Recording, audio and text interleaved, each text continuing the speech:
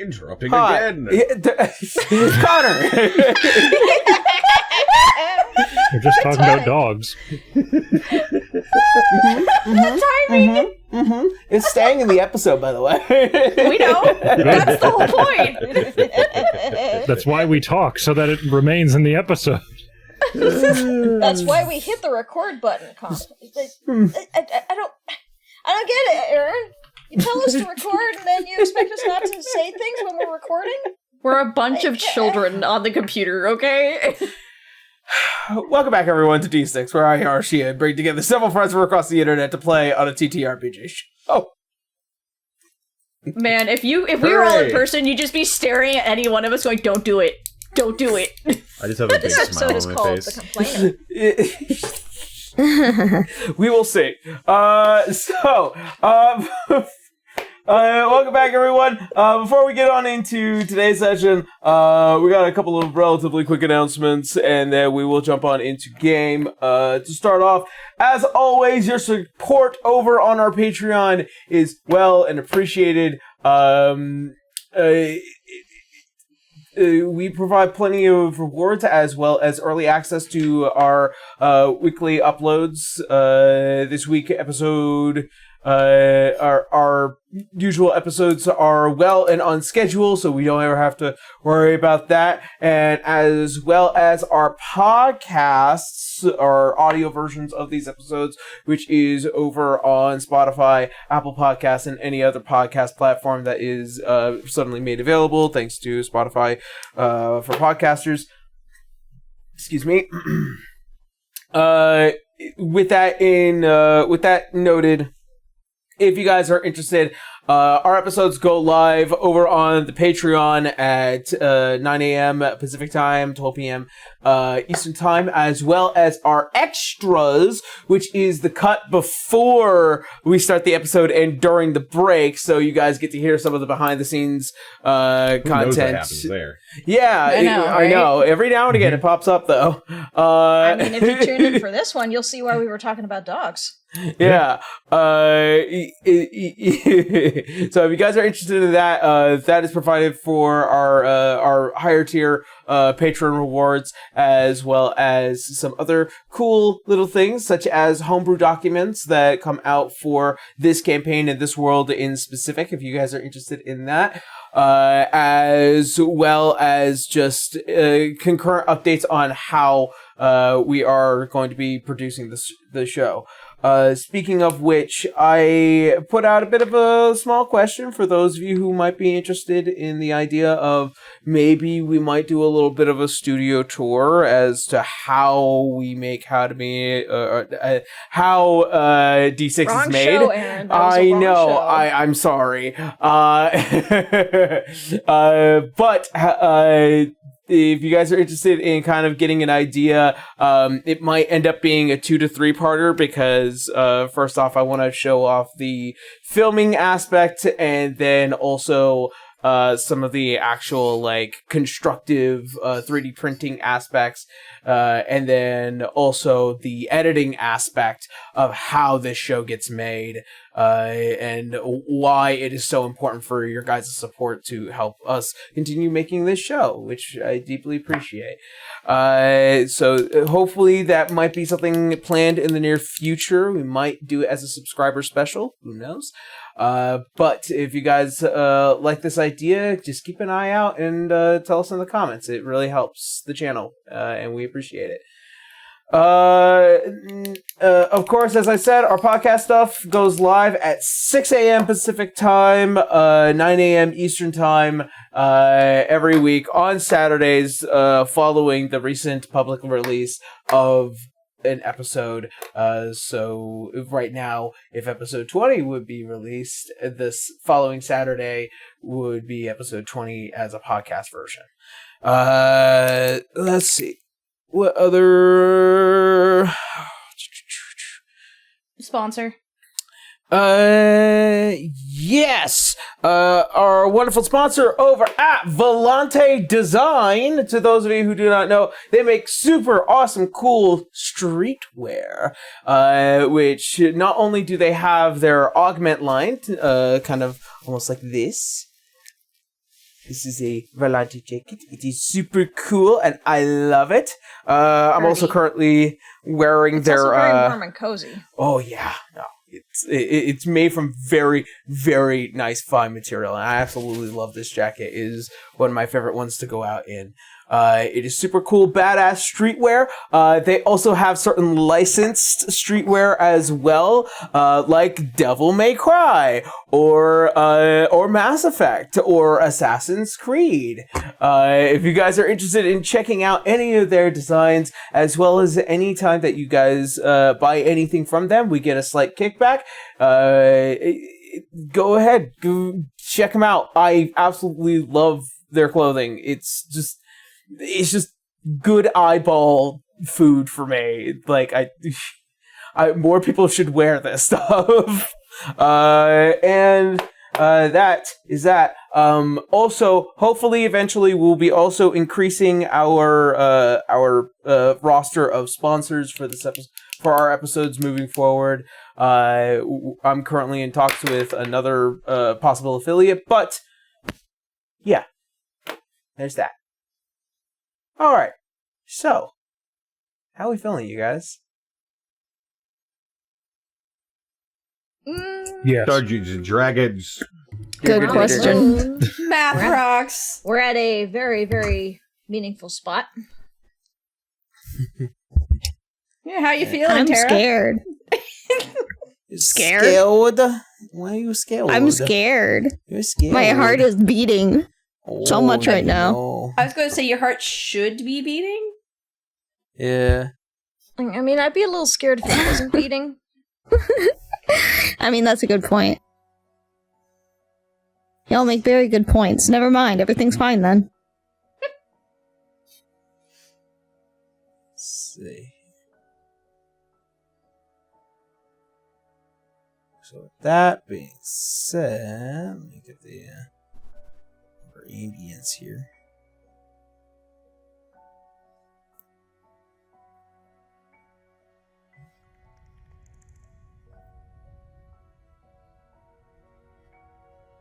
There we go.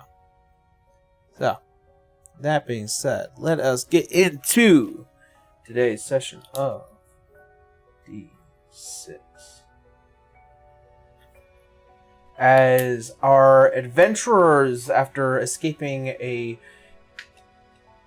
conflict with one of the three major titans of Eardsihimmle, found themselves on the Lunarscape in order to try and find the soul of Alois Azure.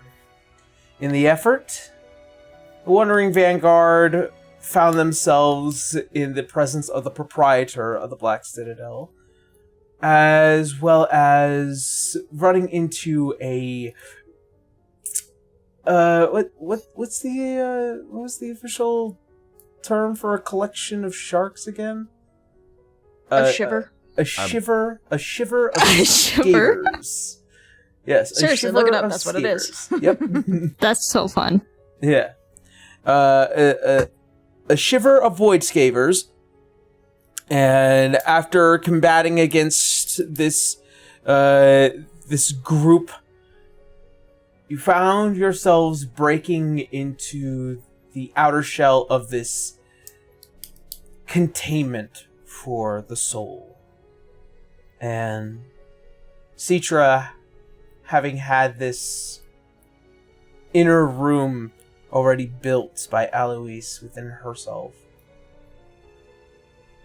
gave him residency and a voice, and began to acknowledge the faces of acquaintances, allies, and those of the indescript relationships. And thus began the process of making their flight towards the Dawnright.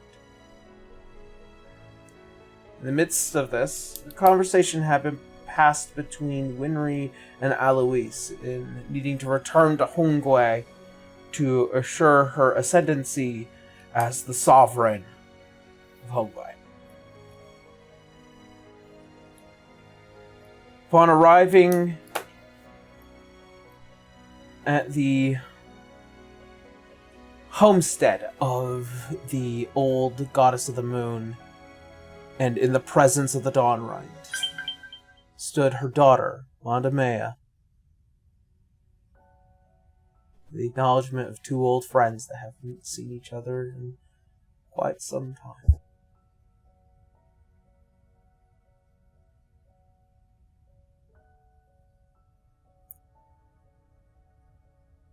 Arya, upon seeing her, just kind of very tentatively steps forward. Monda, is it really you?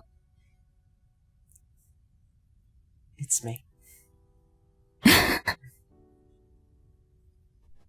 As you see, as she kind of descends down from the steps and kind of leaning down and like gently placing her hands under yours.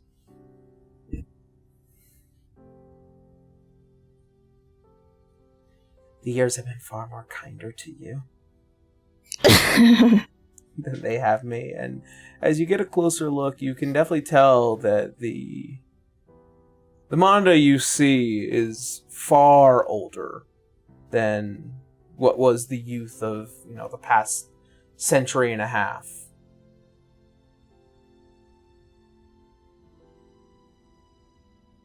Arya squeezes Monda's hands before moving her hands to, like, just kind of gently cup her face and gives her a kiss on the forehead. Nonsense, you're stunning. I've missed you. I missed you too. As the head tilts towards each and every one of you. Canis. Yeah. Something to acknowledge. You've actually met one of the two children of Mondamea. You had met Oscar Orr Jr. However, you do also acknowledge that Oscar had mentioned his sister at one point in a very negative light. But to see this much older and probably very stunning woman, she glows like moonlight. Just like everything around here.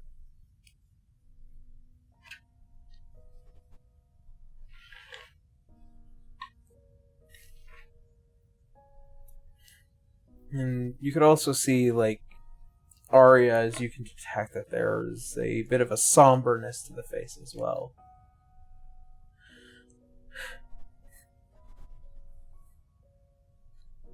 I know why you're all here.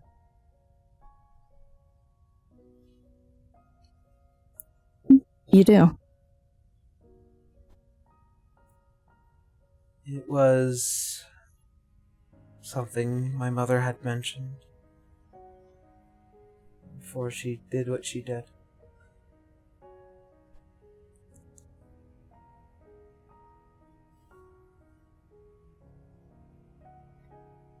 As she looks back towards the Dawnright, you can see that massive vault door, this kind of cross between the sun and the moon, as it kind of just consumes one another in the center, and as these deep etchings just continue to kind of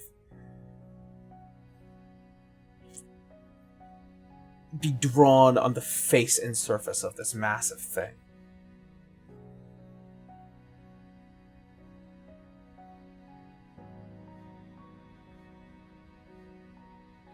It's strange how it calls towards people.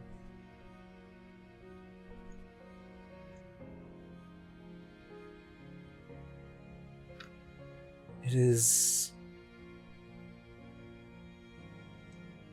almost as if wisdom and knowledge just seeps through its cracks just naturally, and you can hear the whispers of everything.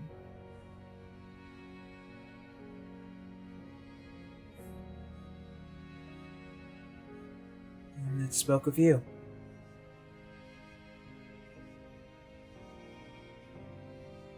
And what did it say?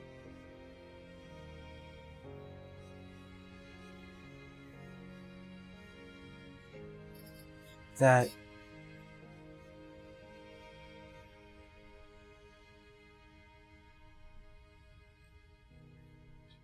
you would be the one to change everything.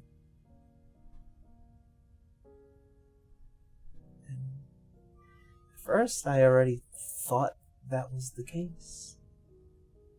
You did change everything.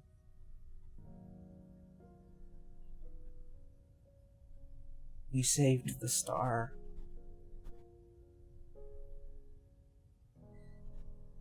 But I never got to see my friend again.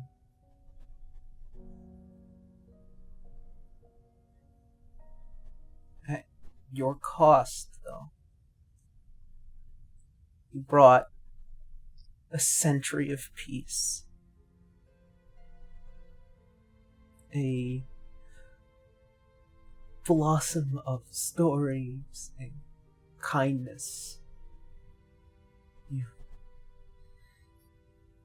made people realize that regardless of where their blood came from, they were still good deep down inside.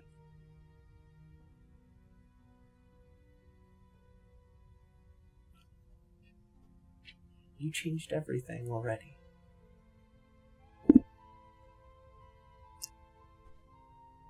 I'm afraid that, as usual, my accomplishments are embellished.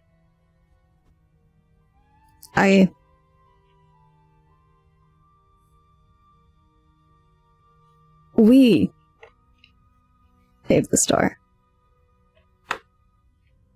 And I know that the century of peace that followed our journey was worth it.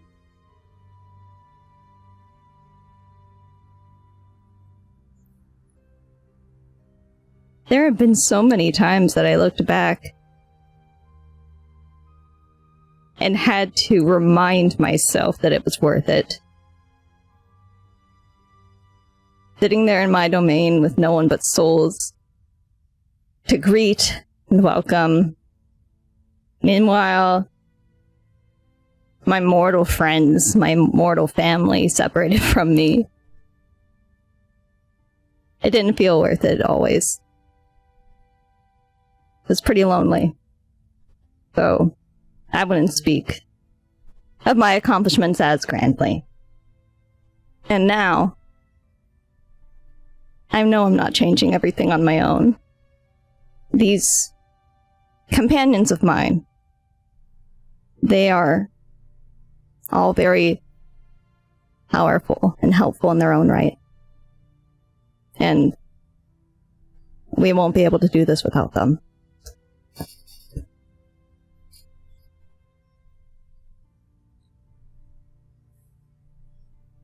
Another adventure for you, then. Another adventure.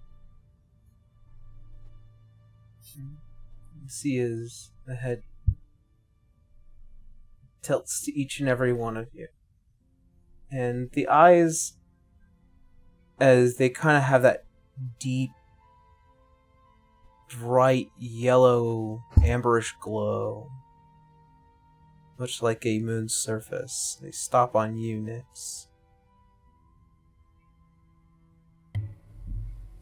There is a strange connection here, given that your family's gifts came from the goddess herself. So, in a way, there's this familiarity. How rude of me. Manda, may I introduce you to my companions? Of course. Arya kind of just goes down the line. This is Winry. Hello. Pleasure. This is Nex. Nyx gives a nod. She returns it. Canis. Canis will also nod. Citra. She waves as usual, just with that big smile of hers. And Dr. Salazar. The only one with a tag. A little quiet, that one, isn't he? A bit. Now then. I am Mondemea, daughter of Sahani. And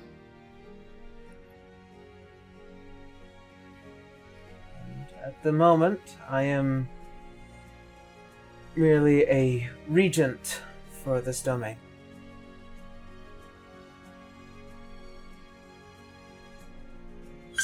Regent? Regent. Yeah, regent, like a Sorry. Like a ruler.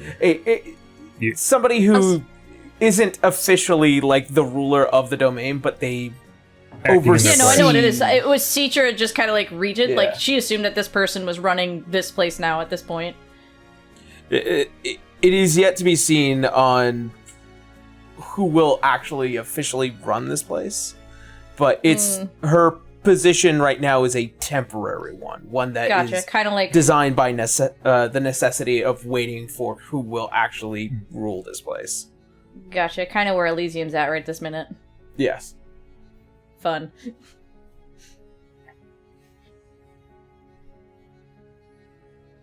And I am also the watcher for the Dawnright at the moment.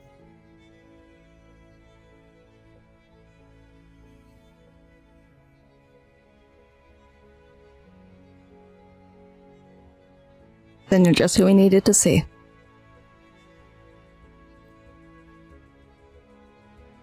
In all honesty, I have made many attempts to try and enter, but its doors have yet to open for me. Mayhaps that is the reason why it speaks of all of you. Specifically you, Arya. Mayhaps it is awaiting for the right people to enter.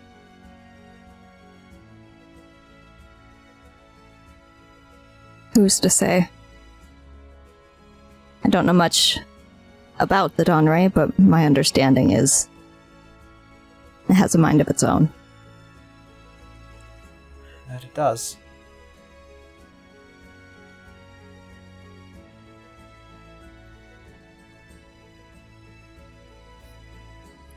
So, as of this moment, this duty has been fulfilled. And see as she goes and turns, as she walks up the step, you can see the flow of the long cape kind of just bouncing up each step as she goes closer towards it.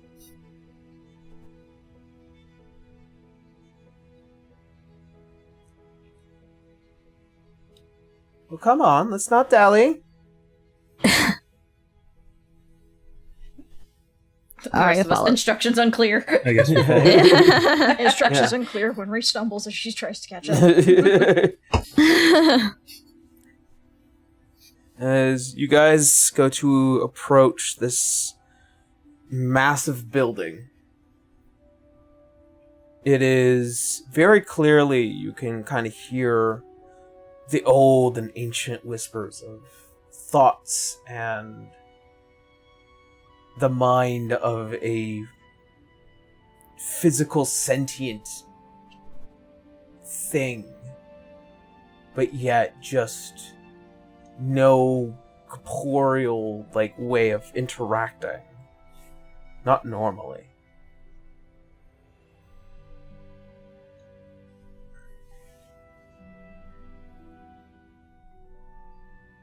As you will make it towards the door,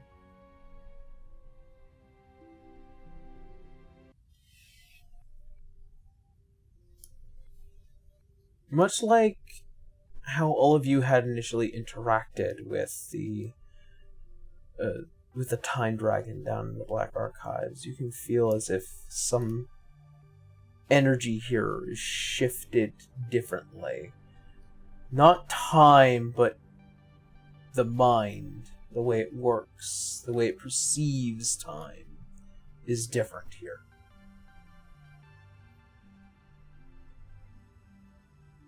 As you all get close, Salazar, you have the highest intelligence out of the whole group. I know.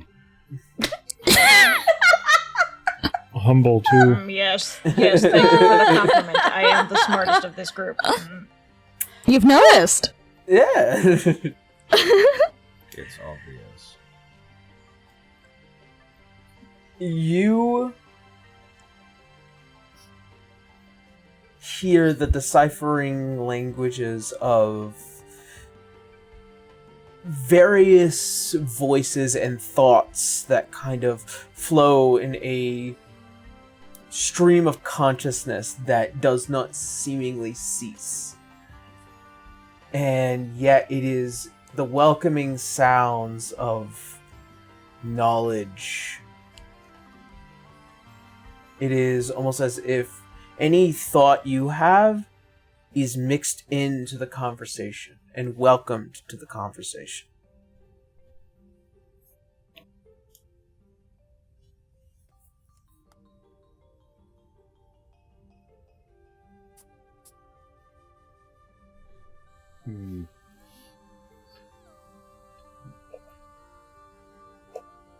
Cetrus dumps that as intelligence. No thoughts, head empty.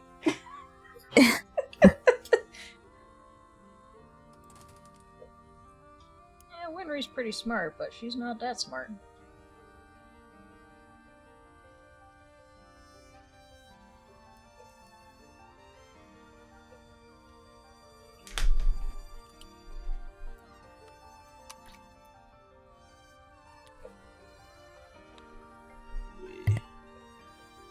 Second here.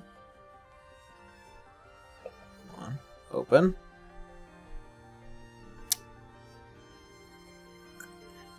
Roll 20. You're so fantastic. You want to be the Oh, no. slowest gosh dang website in the whole wide world. Hey, she's trying. She's To doing be her fair- best. To be fair, there's a lot on Roll20. It takes a minute.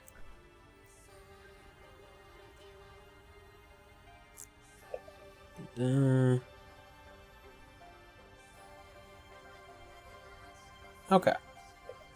Arya. Yeah. You also are met with this stream of consciousness. The way that conversations dance here is quite open.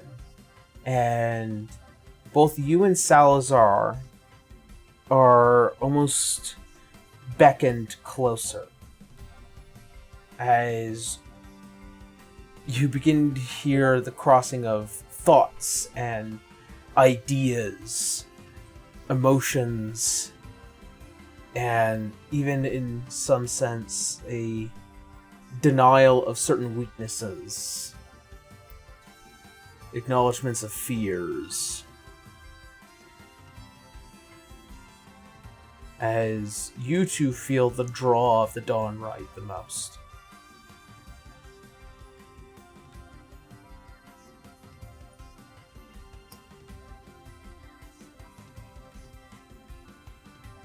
I think Arya just kind of follows where the kind of beckoning is leading her.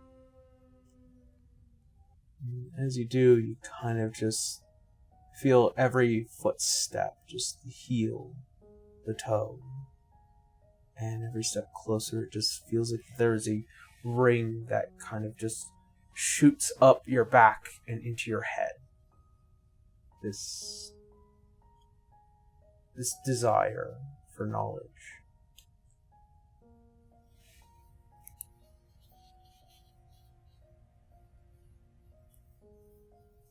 What the Salazar do?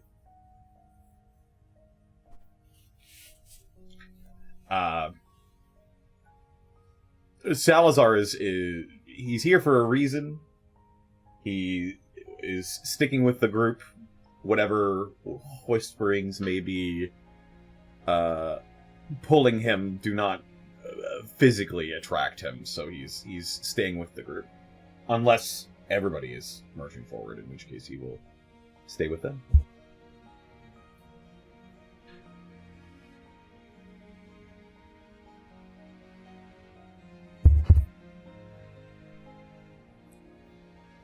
As you, Arya, proceed forward ever closer, you begin to hear the further draw of other voices as they begin to speak on each side of your shoulder, as if there were actual people there, telling you stories, telling you ancient knowledge, telling you anything of everything. And then you are at the door.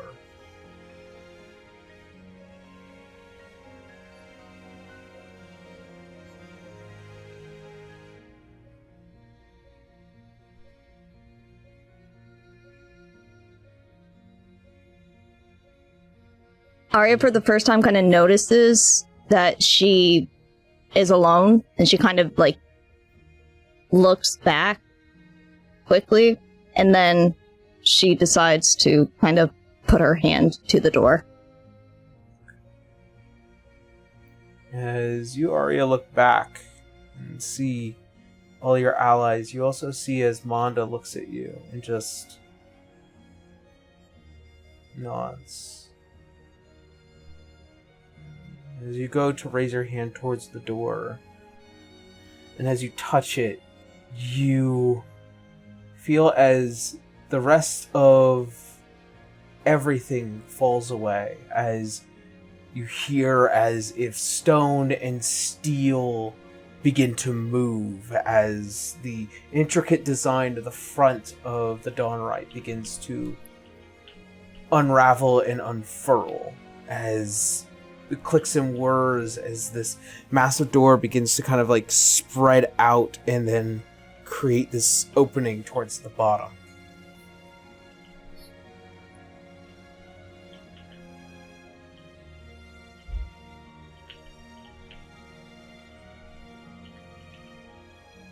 And as it does, you are drawn in. Towards the rest of you,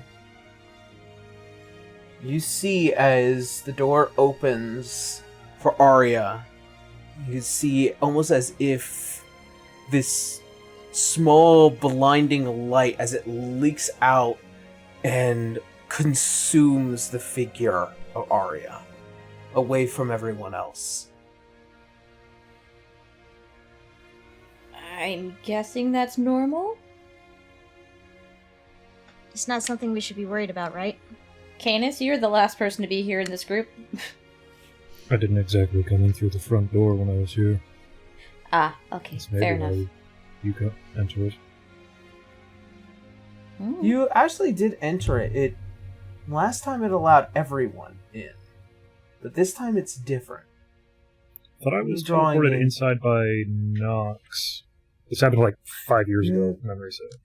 No, you were teleported to where the garden is down the hallway, or down the way, where you had that interaction with all the gods. The gods then allowed you into the Dawnrite. This, Yeah, I however, remember is a that different... part.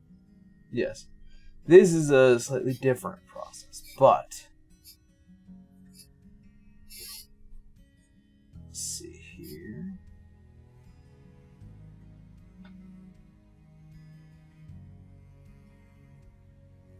As all of you see as your friend disappears into the Dawnrite. Arya.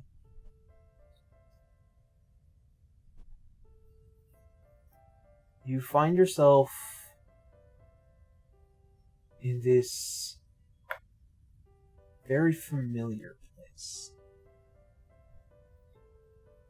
Dimly lighted. It is a room of wood and plaster with this massive, beautiful desk in the center. These tall bookshelves that line the walls. And as you stand there, you stand in a open room, just nothing else but a chair just slightly ajar behind the desk, and several papers strewn across.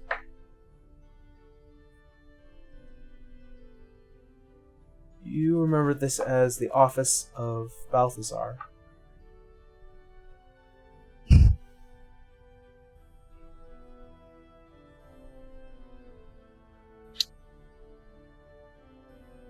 Arya kind of decides to be nosy and kind of reads the papers, skimming over them. See if there's anything of note. You begin to read. There are several things of note. See that there is a great deal of information that kind of came along after your age, and it was much of the detail of an Excelsian prince having been stowed away and brought to this city to be taken care of, to be overseen.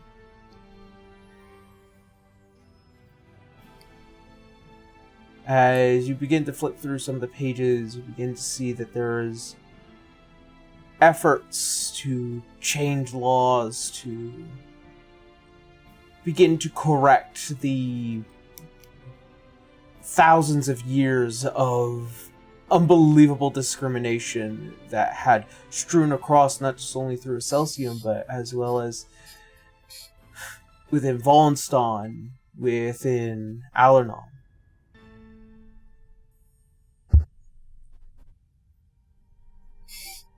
And then you hear as a voice kind of just rumbles through.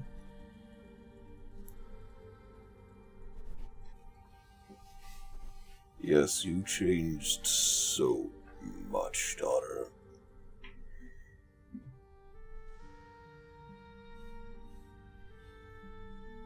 We're supposed to.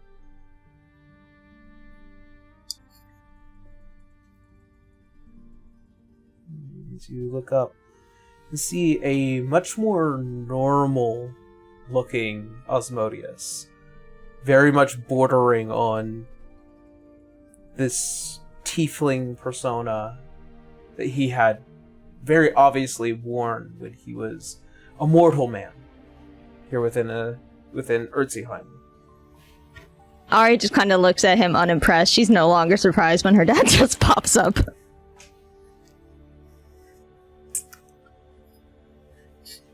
This doesn't seem to be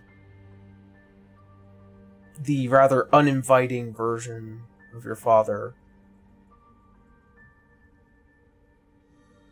This is a construct.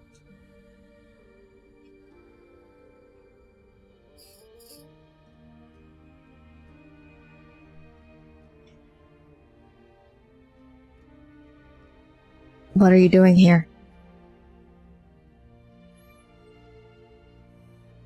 I am here for whatever it is the truth you seek. Dawn right wills it.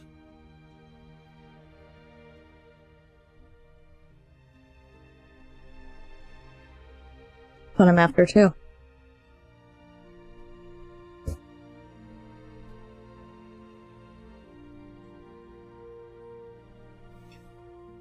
Something itches at the back of your mind, though, does it not? The things that I have told you thus far. Are you not curious about them?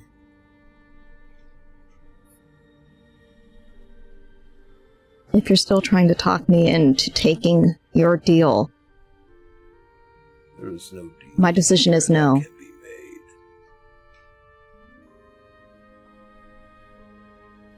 As I have said, this is the will of the Dawn Right. Mayhaps. As the head kind of tilts and you almost see, almost like the shifting sands, as if the image of this being begins to shift again. Oh, we're losing you. Oh, Aaron, not sure No, what it is. no, Your microphone is still I heard. on. I heard. Don't worry. Don't worry, I heard. You begin to see almost like shifting sand, almost like a glitch in the image, as it transitions to your mother.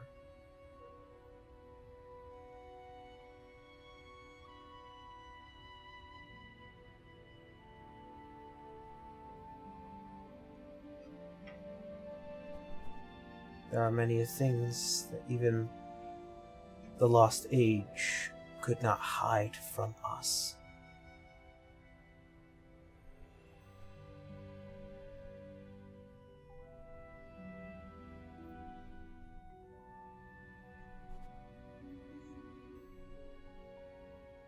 This obviously feels like a trick, so can I roll an insight check? Sure.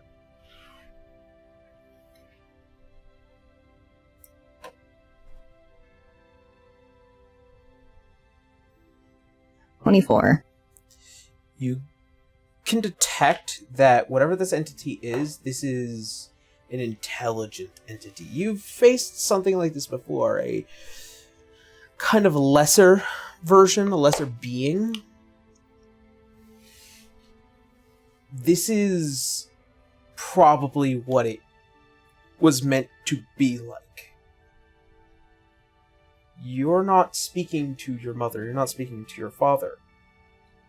You're speaking to the Dawnright.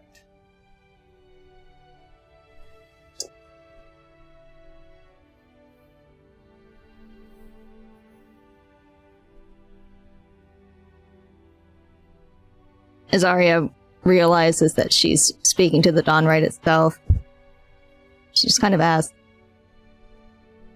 what kind of truth can you offer? All of them. None of them. Depends on whether or not you prefer ignorance. If you prefer No. knowledge.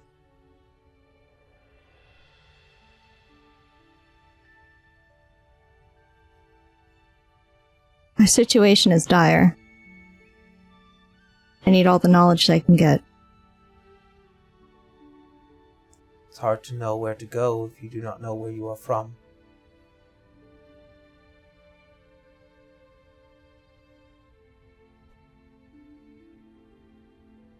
What do you mean?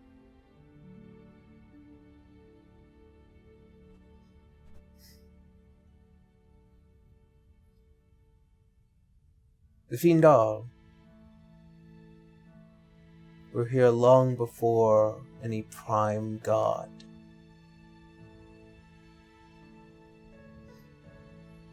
I'm sure that there was an instance in which your father tried to speak of it. However, the Lord of Lies does tell lies.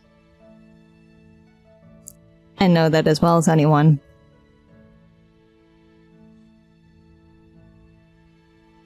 The Fiendal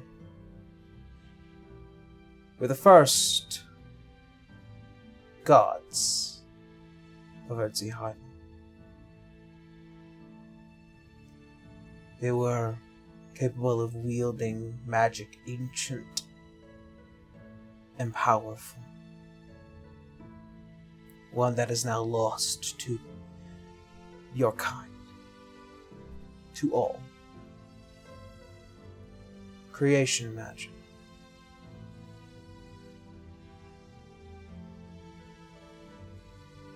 It is the reason why when souls go to the next place, they turn a wheel creating energy, creating power, magic, becoming a part of the weave.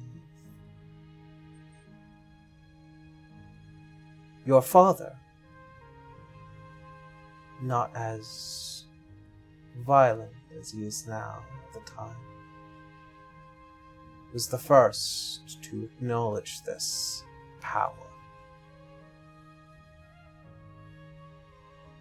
And then he created, along with many of his friends, mortal kind. As the head shifts and you see as the body changes again, you see Braun standing in front of you. This power of creation would tip the balance of the star, capable of turning it inside out, siphoning its very life, just as the ritual of Orcus once did.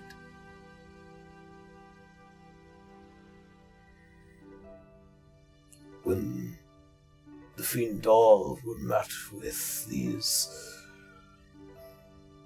beings that descended from the heavens, they were welcomed with open arms.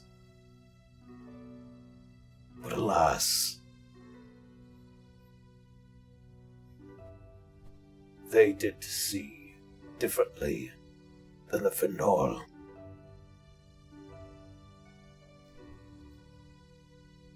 As the body once again transitions again back to the form of your father. The mortals were designed to be our servants, meant to empower us. But those who had called themselves friends, ones that wanted to paint upon the canvas of the stars as we did, saw that our creation was for their own intent.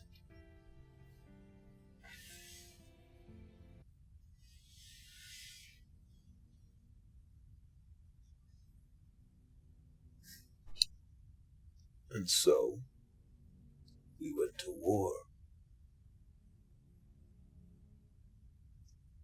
Thousands of times we have fought upon Eardsihimmle's surface, thousands of times the land's scarred. Those we had once called friends told us what our design was to be.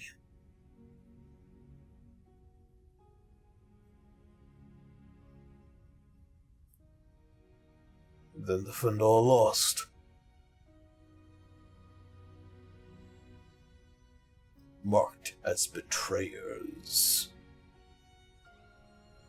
And in its only solace, an agreement made.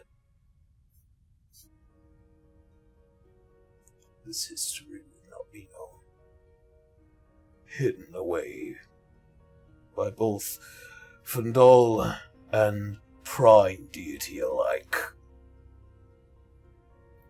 And I was adjudicated to be banished.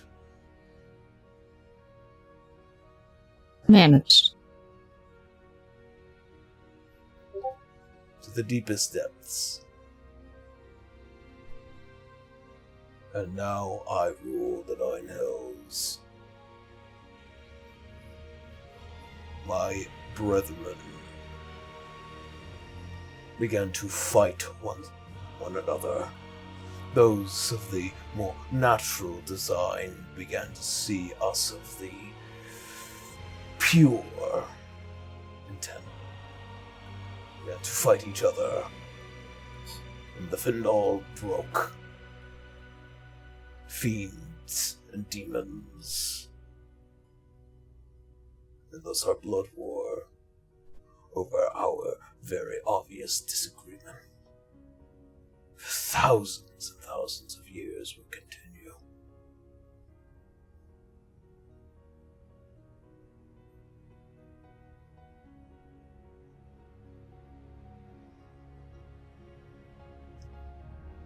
The truth is, we thought that free will was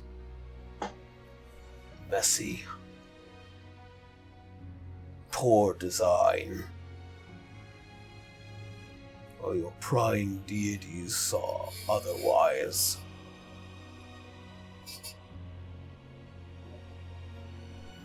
We lost. Simple as that.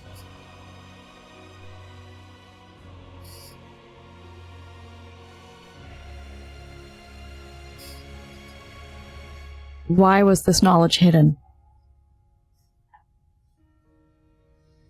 Shame.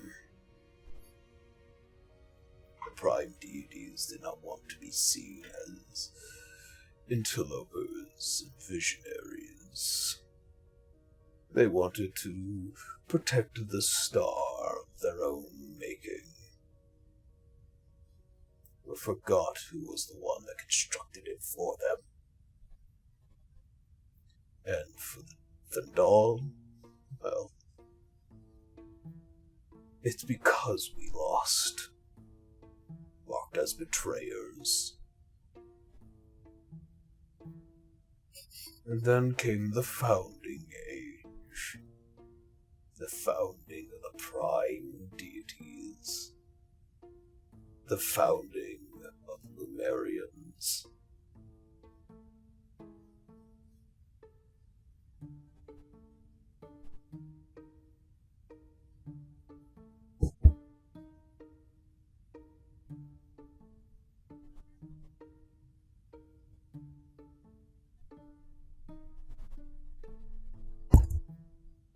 Sorry, this is just a lot. Yeah.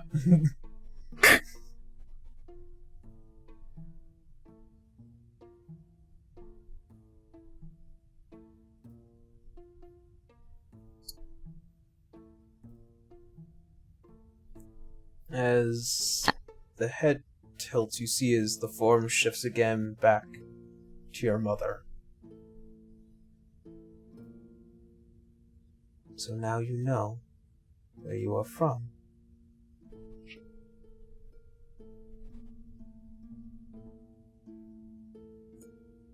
I do. Where evidently everyone is from.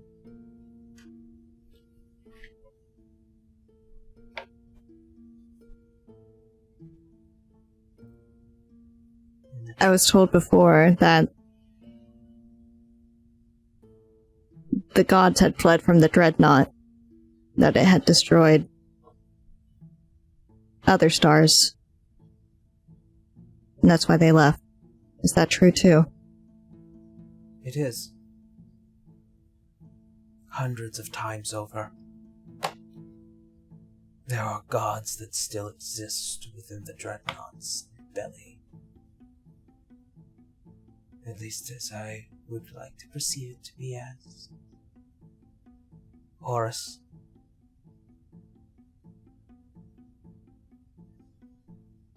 Horus was one that I knew well.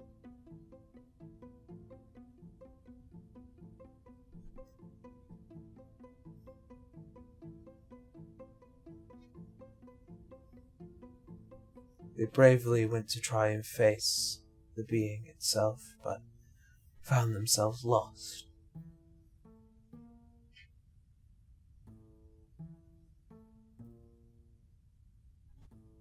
It is why I remain here. Even though it stares down at me oppressively, seeking what it is I know, I cannot leave this place. Not just out of fear, but out of acknowledgement that if it had what I know, if it consumes what I know.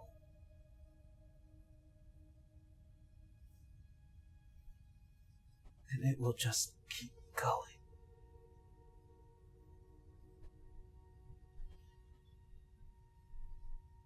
This is not the only threat. This is not the end.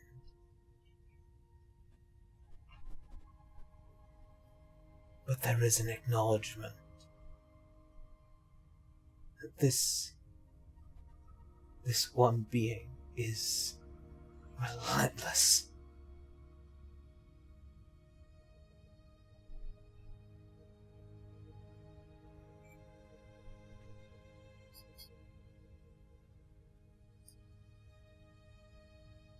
What else do you know about it? Osteus, King of Titans, the kind void. It does not consume stars. It contains them. For what purpose still remains unknown to me, but I can hear the screams from within. Those who want to leave. The souls within it, lined to an eternity as a shell. It is deep, dark, and maddening. And its only solace is that its original design was for this exact purpose.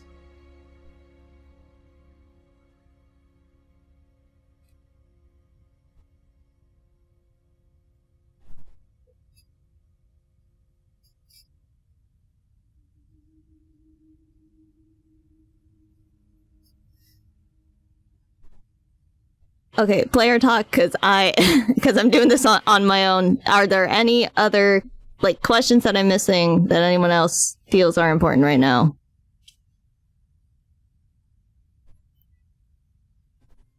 Well, I mean, you know where you came from. Yeah. It did prompt knowing where to go next.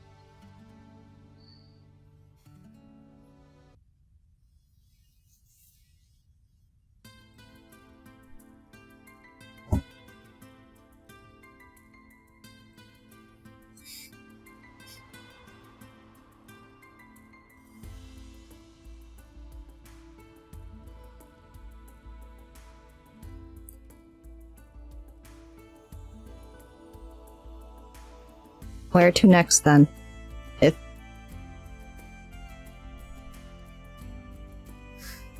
What to do with all this information?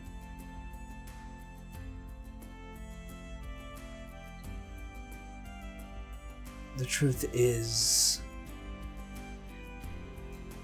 you cannot stop it from the outside. It is still far too mighty. And it uses its shell as a means to keep those who seek its deep internals as a defense. If you are to strike a titan, you are in need of a spear.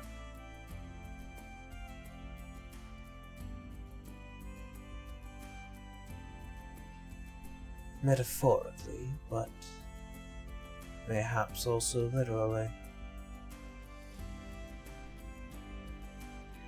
You're saying that we can't defeat it from the outside. Correct. You can't be suggesting that this thing be allowed to consume us.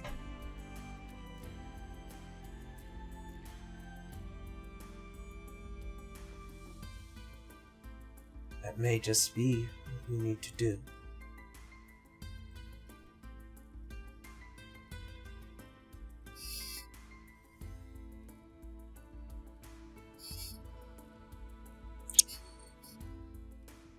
What of the spear?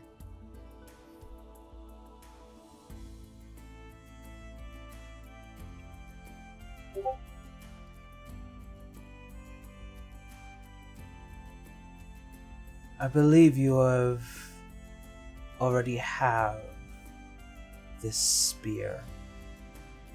However, it is still yet to be forged. Quite luckily, a friend born of celestial and infernal bonds Oh god, don't look at me. will be the one to construct it. Cedra sneezes outside. Arya can't help but kind of just... Arya can't help but just kind of smile to herself a little proudly.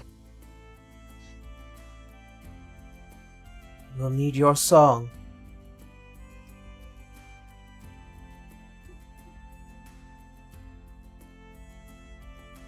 However, I am sure that the Sapphire King will tell you significantly more than I in this moment.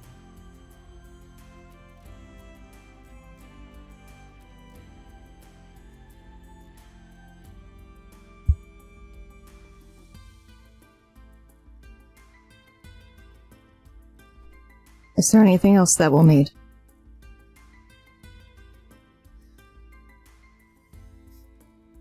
Power. I would have never thought of that. It is the most obvious and yet the most difficult to ascertain. Allies, power, all will be needed.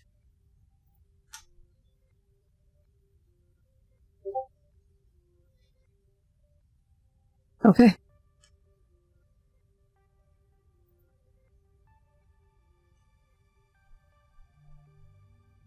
Before I to send you back to your allies,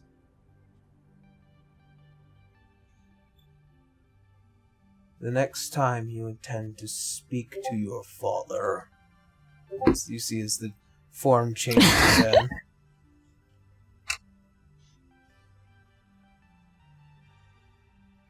ask him about Tiamat. Remind him of the Dragon Queen. Alright, I will. Alright, just kind of grimaces. You can kind of see that there is a crooked smile on the face of the Dawnwright with this one.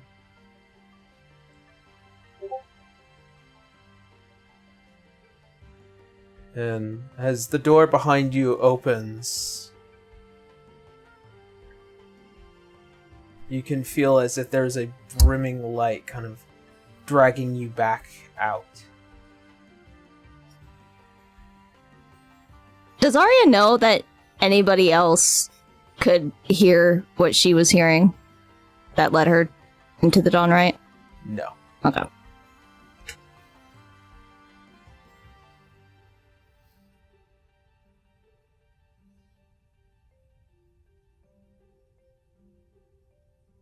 You have an exact answer now. As you go to turn, and as you begin to exit, you hear the familiar old voice. Good luck, my friend. Thank you.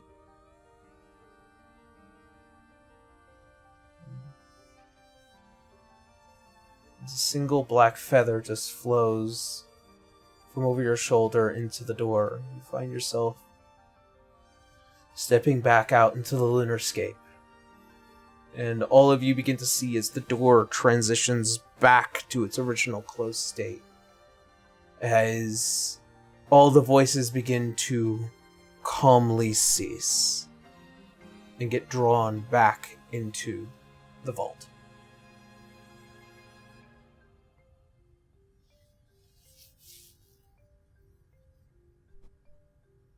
So do we have what we came for?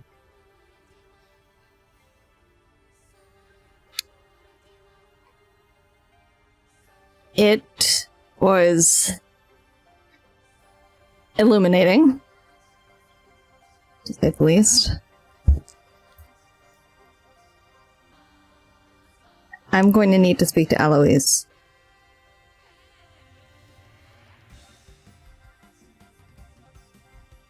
Eloise? Yes. Okay, you said Eloise, and I was very confused. Eloise. Is it? Looks through notes. Sorry, my mic's fucked up. Eloise. It's okay. Is he awake right now? Unfortunately, not at the moment. He is Yeah. tired and sleeping. Yeah, she'd be like, Scream into you your might- brain. Wake him up. No, he needs. He's just resting for now. I'll let you know when he's actually like able to have a conversation. We're sorry. The Okay. party you are trying to reach is taking a nap. I mean, All right. being dead for a year and some months and encased in a protective shell while scavers hunt you around and stuff on the moon is gonna be tiring. He eevee and needy to sleepy. Yeah, I was about to say that. In need of a nappy poo. Arya kind of just like summarizes and relays all she learned about like the fiend doll and the prime deities and what she was told about pretty much needing to defeat the dreadnought from the inside and about the spear and the song. We have to go inside. Ugh. That's what the Dawnwright told me. And a spear? Alright, just kind of turns to Citra. The Dawnwright said that you would be the one to forge the spear. Well, I mean, I created, and she'll like hold her staff, and I upgraded my staff and my team's weapons and armor back then, but I was using a very special forge, and I had Sahanin, Erithus, and the Raven Queen in my head helping me along with that. That was a lot. I doubt it's in the literal sense. I mean, I think that's what it means. Well, they said metaphorically and physically. And literally, yeah. Yeah. Basically, you might be the key to defeating them. Being... What? Half and half, as Arya pointed out. The look of pure confusion. What? That's what Arya relayed to us. Yeah. The Dawnwright said, and Arya kind of, keeps her voice down and whispers, infernal and celestial, someone with both heritages would forge the spear. Yeah, that's why Nick said half and half to try not to say the whole thing out loud. Arya whispered! She whispered! Nex is just holding up a little pink sugar packet, half and half. Yeah, I was just like, Citra, you're trying to make us not say this thing, but if you don't get the clues... No, I'm not, but like, why would that Arya's matter hand was now? forced. Yeah, that's what she's like, why would that matter all of a sudden? That just seems a little too easy.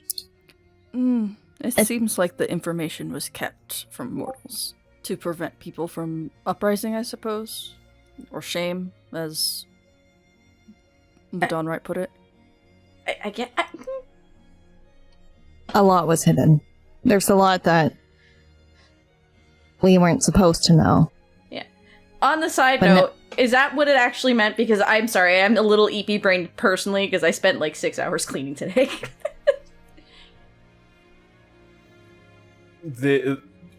Acknowledge what? What meant what? The spear thing. It being Citra or it being an actual weapon? No, well, Citra needs to forge a weapon. She needs That's what I meant. forge a spear. Yeah, I basically said... literal, it could be metaphorical. Forge herself into a spear. Maybe it's that kind of thing. Maybe it's using your blood to make the spear. Who knows? But It we could know be that a it has to do with Sandtide you. situation. Originally, this thing was the Night Wish. Then through some special magic, it became the Sand Tide. Who knows? Well, we do know it has to do with half and half, and you are half and half, and also you know how to forge weapons.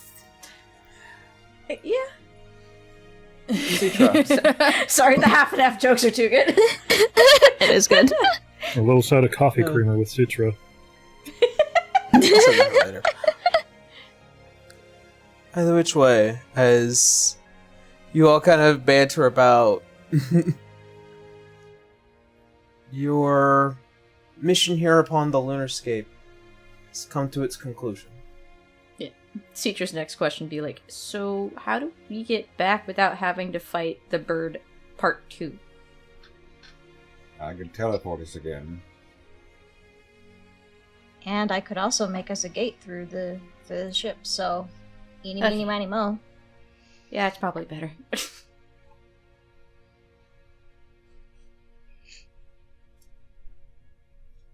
Alright then. Back to the ship so everybody's all together. I guess. I mean, Ari, do you want to say goodbye first before we leave? Of course. I wouldn't make it go without saying that. Arya does. She goes and approaches Monda. You'll be gone long this time, right? I'm kidding. I hope it won't be so long this time, I hope. You'll change everything. You always do. It's always for the better.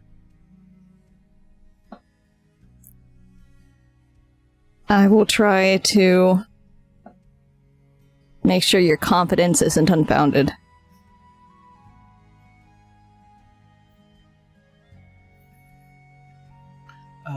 It was great to see you, Monda.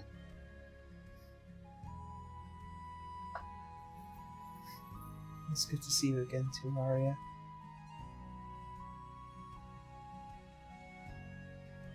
I just kind of pulls her into a hug. Yeah, as she also hugs you, and you all can swear just the faint spectral wings also wrap around Arya as well. Just this... Aww. Just this very sweet moment.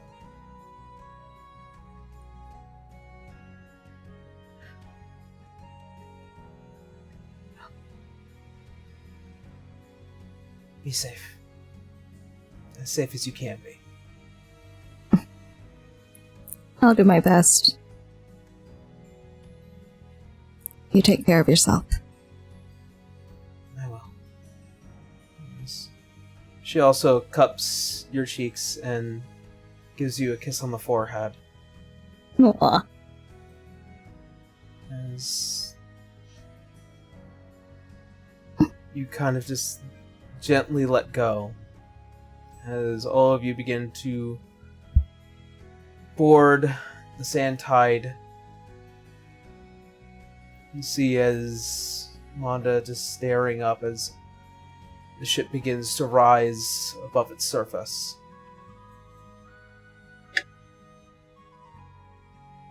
As the Lunarscape becomes another mark on your extraterrestrial versal journey. This is twice for Canis and Citra. Mm-hmm. As this beautiful garden becomes slightly out of sight, a gate is made open. But to where, Winry? I think we're going to Homeboy, Well- right? Prior to us leaving, Winry will convey what she had learned from Aloise with everyone present.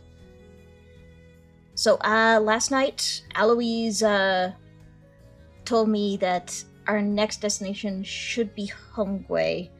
I have some pretty urgent business there, and it's vitally important that it has to happen. Correction.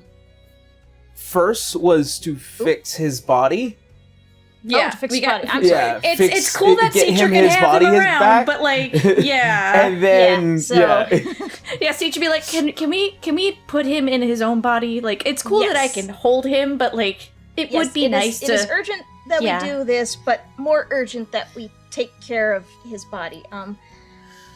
Salazar, I'm sorry. Can I ask for the coordinates to your lab?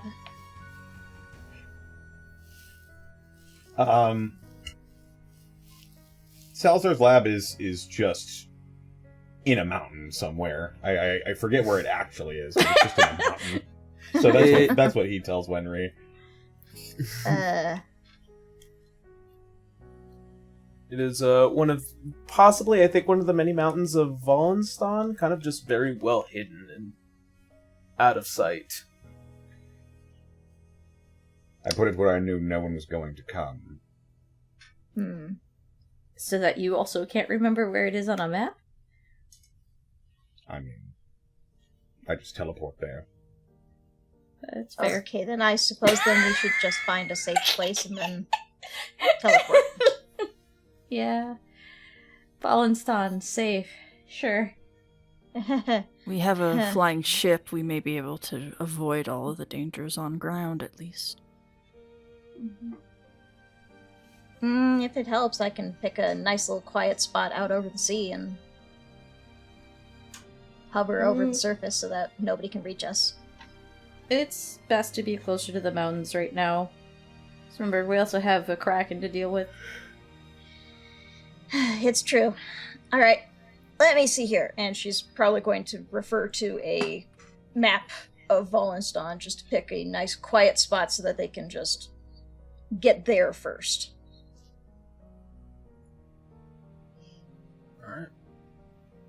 Closer towards the southeast area is probably as safe can be, considering the rest of Greater Wallenstein can be a bit authoritarian right now. Yeah. As a gate is made open, you all find yourselves quickly within the large mountain ranges of a newly terraformed Wallenstein. Oh boy. This is what Seacher. That's the only word you get a Seacher. Like, oh. Well, these maps are out of date. Hope this hasn't affected anything in the lab. For the sake of everything, I hope so too. Just a monster mash in the lab right now. It's a monster mash. The skeletons are partying. Nyx kind of Sure. winces at, like, the sight of just all the terraforming and stuff like that. Rudy's gonna have to draw up a lot of new maps for you guys. Oh, he's gonna enjoy that. That's gonna be fun. Believe it or not, cartography is a big hobby of his.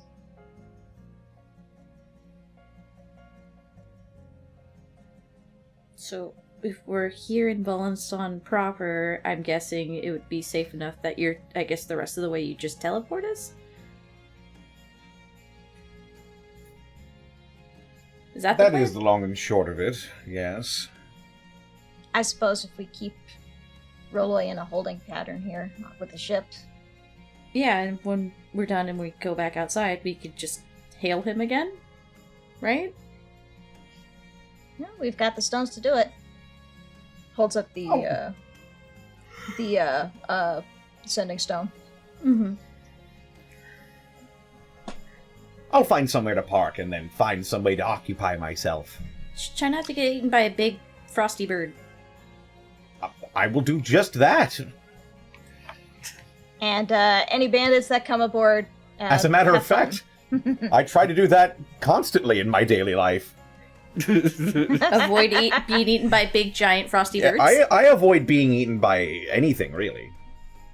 Fair.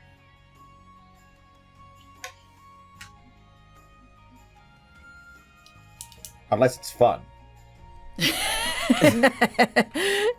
What? I'm not going to question that.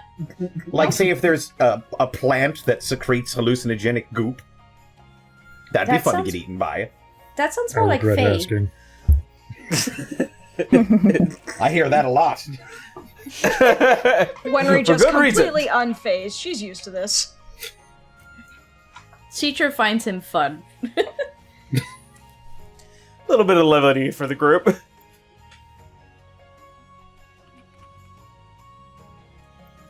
All right. Then, as you all descend from the ship, you begin the process of a teleportation spell.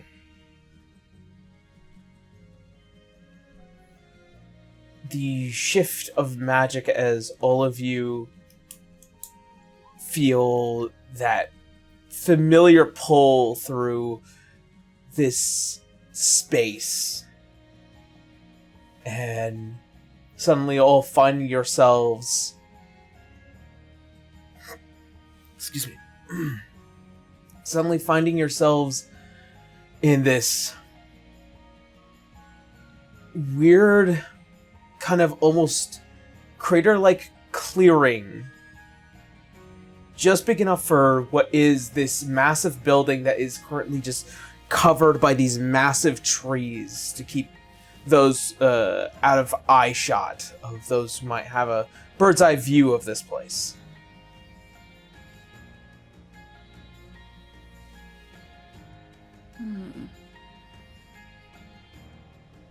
Nice secluded area. I tried to find somewhere that was away from everything.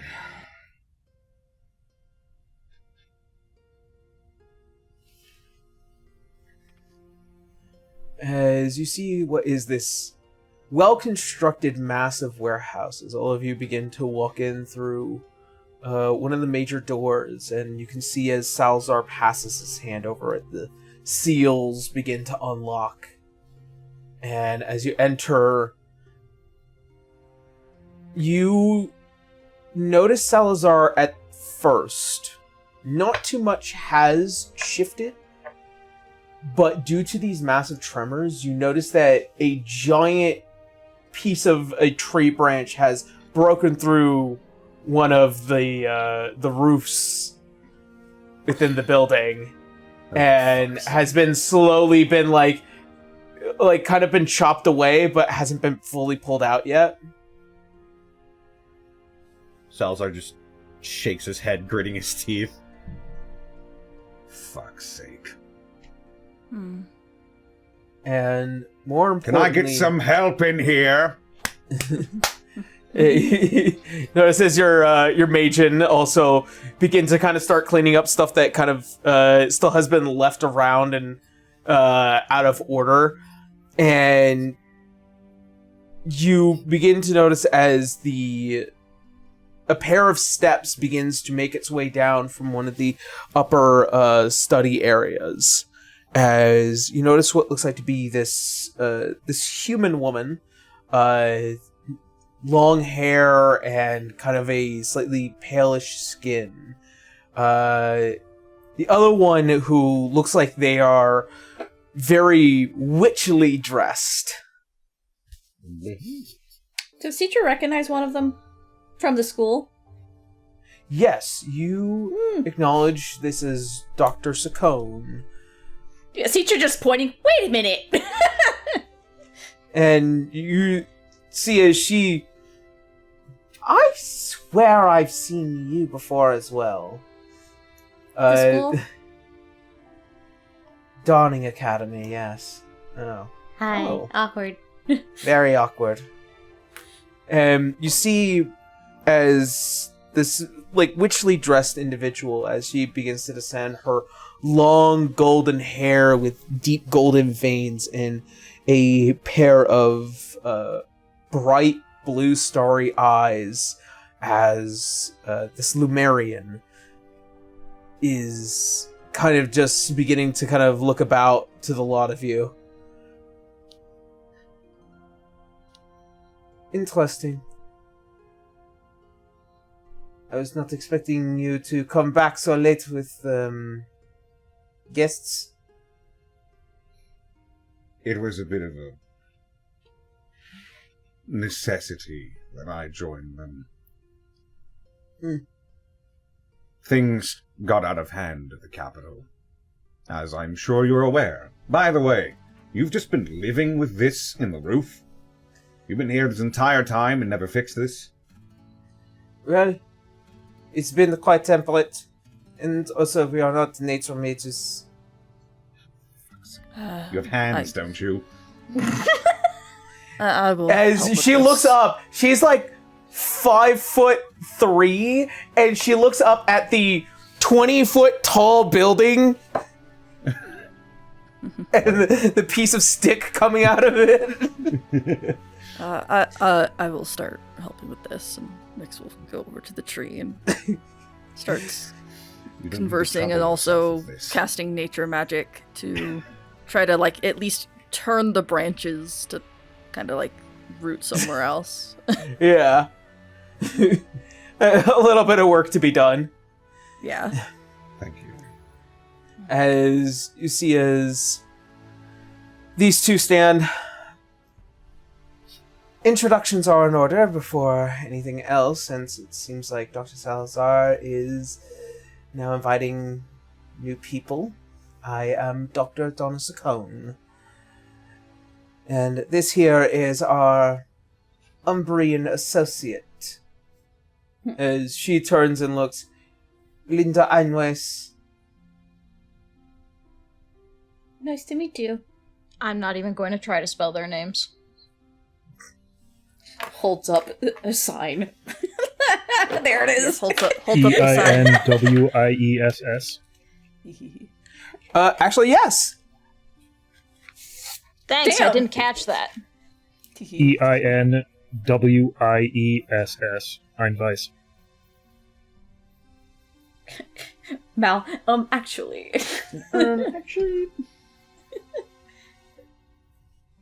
Citra's kind of realizing Dr. Saccone only knew her as that student that never truly existed. Like, awkward. Nyx knows that doctor Okay, from doing hold that up research. for a second there. Yeah. Yep.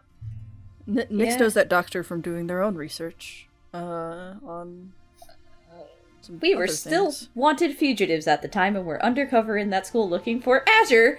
So... Teehee. Nyx might have some questions for that doctor. See? Perfect additions to our cadre of evil scientists. Meanwhile, at the Legion of Doom, Yeah, there's a tree growing in my ceiling. She'll give a I'm going correction to steal 50 cakes from Canis. She'll give a correction to Saccone, like, so my name's actually Citra. Not the name you knew me back then. I'm going to be honest, I genuinely didn't care then and sort of don't now. Okay, I was just trying to be polite, but okay. Whatever happened to the green one? I felt that you all were a little too close in contact every so often. Citra kind of looks a little sour the way she mentions him. His name was Burra, and unfortunately he has passed on. He was my friend. Killed fighting the Witch Queen, I believe. Well, he was killed, and then he came back as a, was it a champion of the Raven Queen, Aaron? I can't remember. Crow Father, I believe. Much like a Crow Father. A Crow Father, yeah. Yeah. So he was brought back as a Crow Father, but once we stopped Tasha on her rampage, the deal was effectively done, so he was able to pass after that. I didn't know that. Yeah. I see. You can see as she kind of turns her head away and composes herself. I'm pretty sure detect- Citra figured out who she was, by the way. You can detect just from insight that there is a slight bit of shame and as well as a slight bit of emotional discomfort, but quickly to be righted. Mm-hmm. Well, that aside, Dr. Salazar, I have continuously performed my duty in assuring that our little experiment has remained fresh. Excellent. I've gathered the rest of the necessary materials, as well as the soul. You have. What corner of the Nine Hells did you manage to do that? The moon. Not the hells. Yeah. Think a bit higher. Truly. I would have never thought. Very well. This will take some time for final preparations. I recommend all getting some rest. In the meantime, you may discuss things with Miss Einweiss of the details that have been left strewn here, as she kind of just opens her arms and the messes that have been made all across the warehouse. Oh boy. Nyx will assist with some of the nature variations of it. Yeah. Not sure where things go in the lab in general. They will not touch any of the other stuff. Citra will just tap Salazar's shoulder. Just let me know when you need me. Salazar will nod.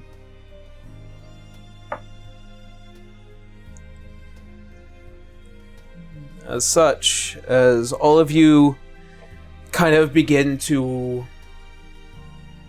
make your way around this building, one of the most prominent things that kind of sit within this warehouse is this lightly draped over mound in the center.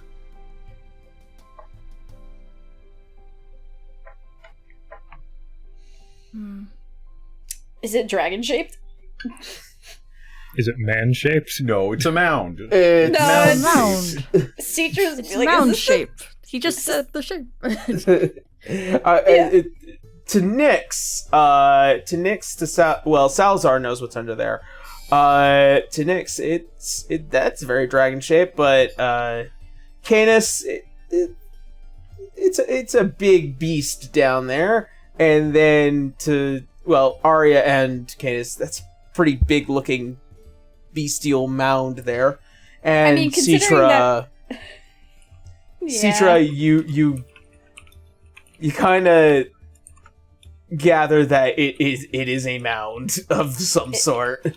I feel like she can put two and two together to understanding that we saw flashes of a dragon, and we have to put Azure back in a body, and she did see a secondary sapphire dragon in Black Archive, so she can put some things together, like,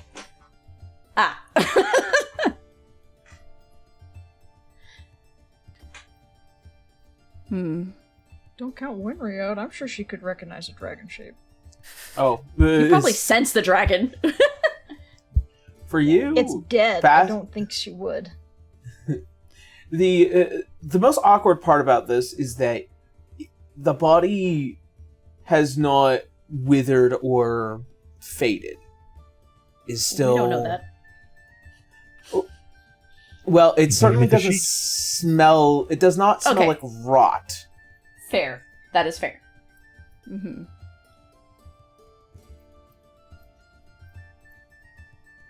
Either which way, in this moment, as a lot of you settle in and begin some preparations, let's take the time to converse among yourselves.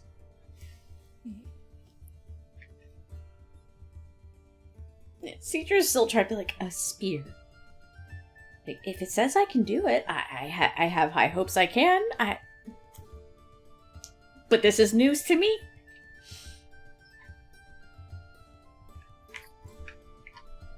she's muttering that to Ari, like, like, I don't know.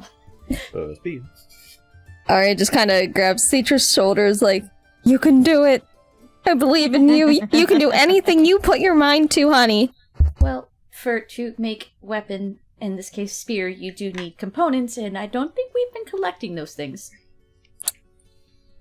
Well, I guess we'll start. I guess so. Nix looks at, like, the pile of gold and, like, all the fucking sapphire gems that we picked up. He's like, we have a lot of resources. We just need to find the people who sell the resources. That's fair. And we gotta what resources that might be. But, apparently you need to speak to Alois, so he might know more than the Dawn, right? Which is kind of mind-blowing. At the very could least... also... Oh, go ahead, Doctor. At the very least, Alois might be able to direct us to some contacts. That way we can find whatever we need. That is true. Also, he could direct us within his library or have somebody pick up stuff from his own resources to... By how much he has planned, Nix kind of does like a small little eye roll. I bet he has found, or at least obtained the knowledge of where to find these things if he hasn't already gotten them. So it's like he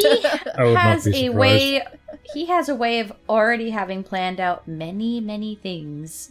Yeah. And just I was about to say many things and well in advance. There is one I don't. thing Huh? Mm-hmm. about his resources. They're technically not his anymore. No. After his passing, his effects were divvied up and passed out.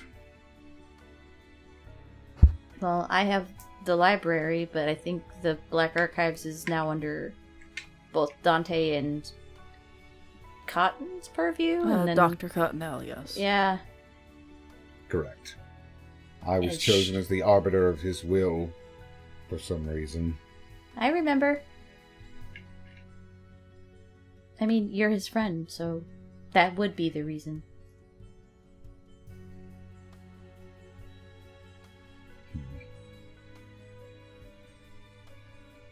I need to go find some skeletons. As you go into the literal closet full of skeletons, The skeleton roar.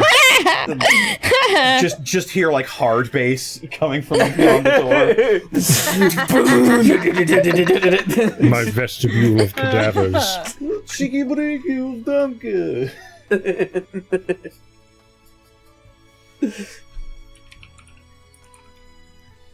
Well, Wenwu will probably take the opportunity to busy herself with tidying up the papers that are around. Not necessarily organizing them as the way Salazar had them, but more organizing them neatly so they can be put in the way he wants them. What did Azure leave Leodon, by the way? Squat. Really? Diddly, bumkiss, I think he left him the new tree at the new cloud top. Right, okay. A massive portion of land that was to the south of Aurario that he had personally owned, so that way that the Far Cloud clan could build anew. Gotcha. Yeah, Leo basically turned it into the new cloud top. God, and then I know Airless... Yeah, Airless got the the sapphire armoring to make the armor, which was really nice. Dante was like, "You're my successor," and like everyone went, "Excuse me." I'm gonna make something real tall, just like me. Multiple giant tall rocks later, and a big fucking tree. This is perfect. Hell yeah! I'm gonna jump off Bruce. Nyx would actually like to see if they can talk to this doctor, as they remember seeing their name through their research. Like, they went to the same university as Bright, correct? Correct. Okay. That bitch! Yeah. So the it's one just that like... Citra nearly killed. Yeah, Nyx kind of wants to see if they can talk to them. If the a conversation can be breached, that is, if they aren't Okay. too distracted. Yeah, you're more than welcome to. As you see, as Donna is kind of grabbing all the necessary materials and kind of following whatever particular orders that Salazar is giving her. Professor? Oh,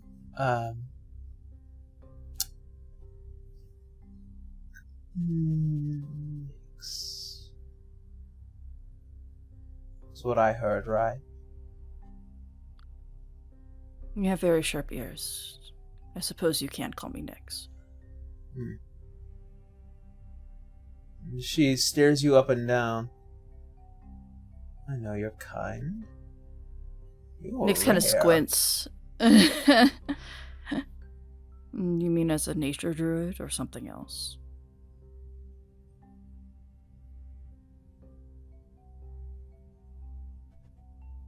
You can see she's a little apprehensive as she half bites her tongue of something.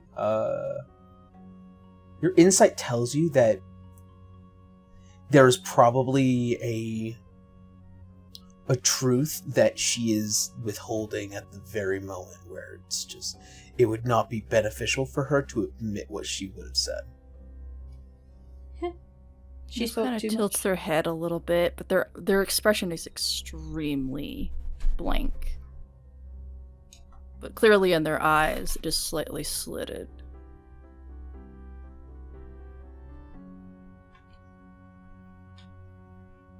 I just was curious to ask you, what university did you hail from again? Dawning Academy. And that is the same one that... Yes. I see. Do you happen to know a family by the name of Bright? Who in all the kingdom and empire of Wallenstein does not know the Bright family?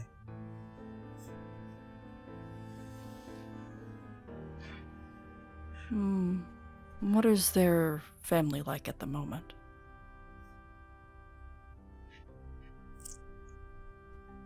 At the moment, it would be hard for me to say, but the last I had heard is that the man of the house, Lord Bright,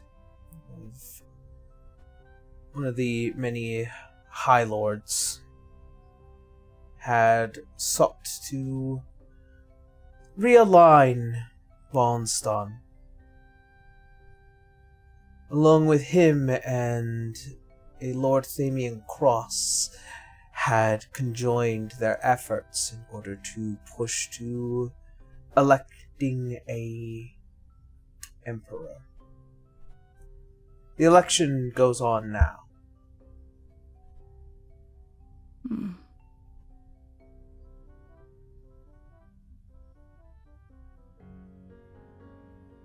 And what of the Professor Bright? Lady Bright.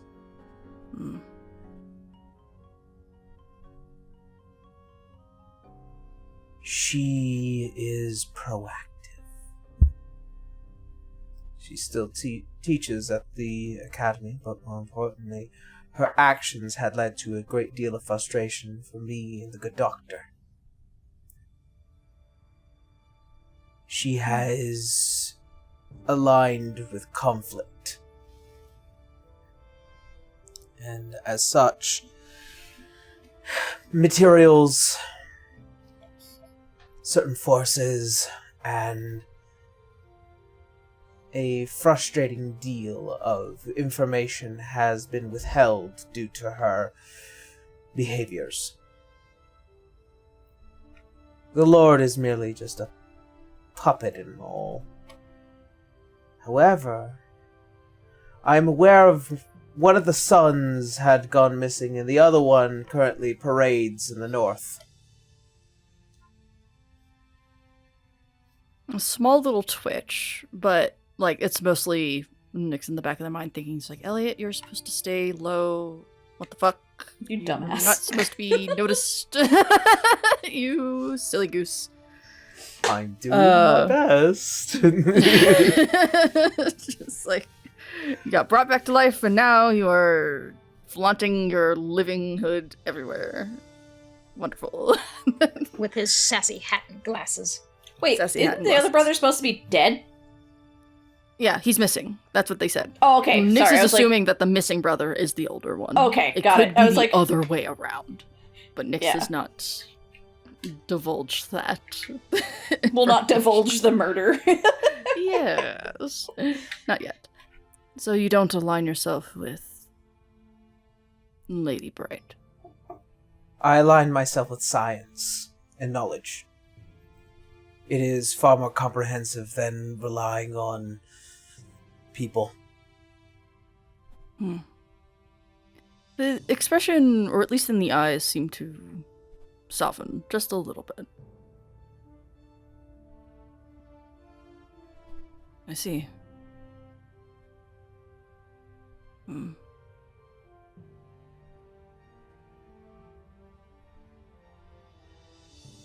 So, what do you know of me?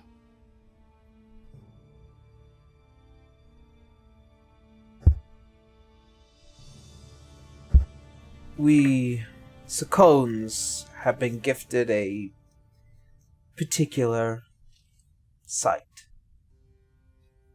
Said to have descended from that of the giants.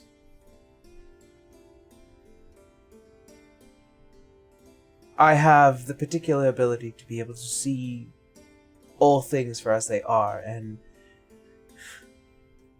one could say it is quite possibly very disappointing living in a society such as Wallenstein. Everyone glamours themselves, postures their superiority, and disguises their inane activities. With you, I've met somebody like you before. Skin like stars, eyes like silver and gold.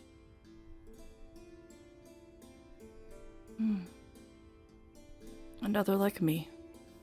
Precisely. He was an older man. We had spoken on many different occasions of the processes of the natural sciences and as well as the unnatural sciences. This kind of furrows their brow as they are not sure if they would know this person or not, or if they are just a very distant relative. Interesting. I thought I was the only one left. This was many, many years ago. Ah.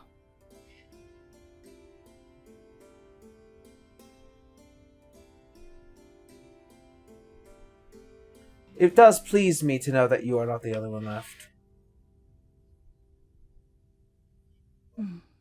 Same. The Bright family tried to make it apparent, very a pointed task to remove my line. As you say that, she begins to kind of start aligning things. You see as her eyes begin to look around, and then they meet back to you. I can see why. Nix kind of tilts their head. Ah, right. That was a threat, or theoretical threat, to their plans, even though I had no interest in such a thing.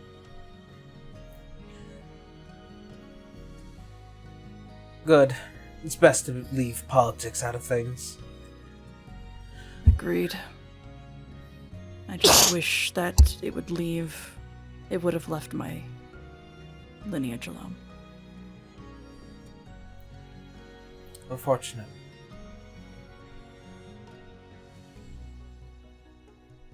Thank you for speaking with me. It has brought me a little bit more ease to being in your presence.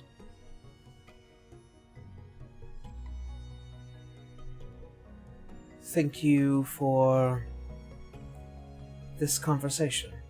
It has enlightened me greatly. Nyx kind of nods and goes back to assisting with any other nature-based things that may have creeped their way in, and it's kind of like moving the branches, but also like maybe like shaping it into like, I don't know, extra shelves or something. Like just doing little extra things to the area. Alright. As still some moving about within the warehouse, you see as this Lemurian, as she is also following along Winry, as the papers get moved. So you can see as she goes to stop right next to you, Winry, and she kind of just like peers around you. Well, first of all, that's not very hard. Second, is like looking down Winry's at gonna, you. Winry's gonna pause and look up at her, just like, I assume that you're here to make sure that I don't make off with anything. Don't worry, I won't. 9. However, you are definitely different. Yeah, I've heard that before. See, you have horns, but you are not of a infernal variety. You are correct. I am not. Curious. As you see, as some of like the sparks between like the eyes of invested interest in you. Winry's going to continue shuffling the papers and keeping them neatly organized as much as possible, and just keeps glancing over at her, just like, if you have any questions, I'd be happy to answer them. You're a colleague of Salazar, so I trust you not to spill this information. It is strange because I swear I've seen something like you before, but it's been so long since the last time I've actually seen something like you before. It's not really a surprise. I'm really the last one of my people to manifest this feature. And on top of that, it's been a few generations since the last one. And we're kind of an isolated people, so it makes sense you wouldn't have seen us in a long time. Forgive me asking, you are Umbrian, correct? Yes. Unfortunately.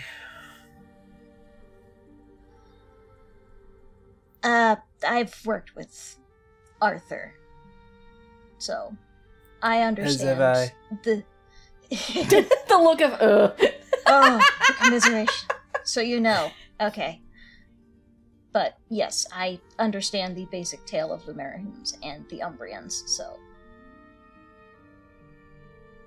I know you are very long-lived. You probably have seen one of my ancestors. Definitely not one as small as you. I do not mean that as an offense. I come from an age where tall men took a lot of pride in being able to graft certain draconic parts upon themselves. The fact that this is a natural born occurrence, that is what is interesting to me. Well, I take no shame in admitting that Mungrir is part of my past. Mungrir. Now that is a name I have not heard in a long time. A patron of my people and my ancestor. I wear that fact with pride. For a short amount of time, he cleared the ocean seas from mighty storms that would have torn over ships that could not make it across the travels. Now, unfortunately, a lot of the legends of Mungrir are just what had survived from my people, so I'm afraid a lot of the tales are actually lost to me. I am sure that there might be a few particular records of mine that might be able to open certain details of your ancestor. Now, this catches Wenry's attention. She very, very pointedly pauses, looks up, thinks about it, sets down the papers, and is just... Would this be a long venture to go check this out, or do you have them here? It would be quite a bit of distance. I held myself up within Olengrad for a number of millennia. It was to assure that I could keep a distance between myself and the rest of growing society. Out in Hollengrad, alright. Well, I'm afraid I can't take time out to check that out now. But after this is all over, I would be more than happy to take you up on that offer. Of course, there's also a certain sapphire dragon that I need to interrogate. He has promised me stories and has not delivered. Hey. That is where my professionality will be assisting today. I suspected. That was a rather large thing under that drape over there. Wenry will wave her hand. There's only a handful of things in this world it could be. Of course. I have particular skills that is much like your good doctor. However, mine revolves a bit more in the heart of one's shape. So, transmutation and conjuration.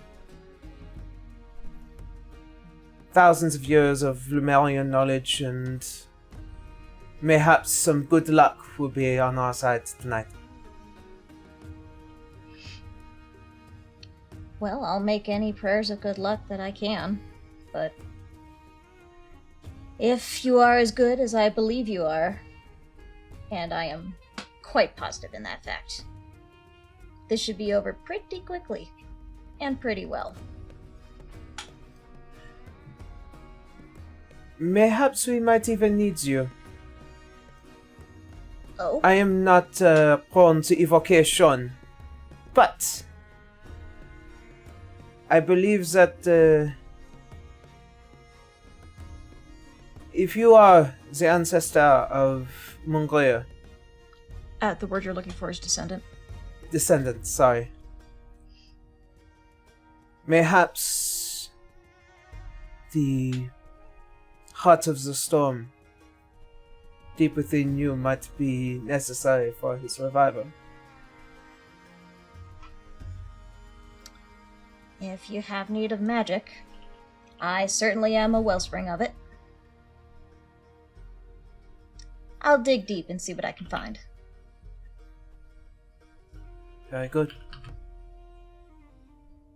As you see as she gives the slight tip of the large hat, and you see, while you were organizing the pages, she was equally doing her best. You gotta work together to clean up this mess sometimes. Yeah.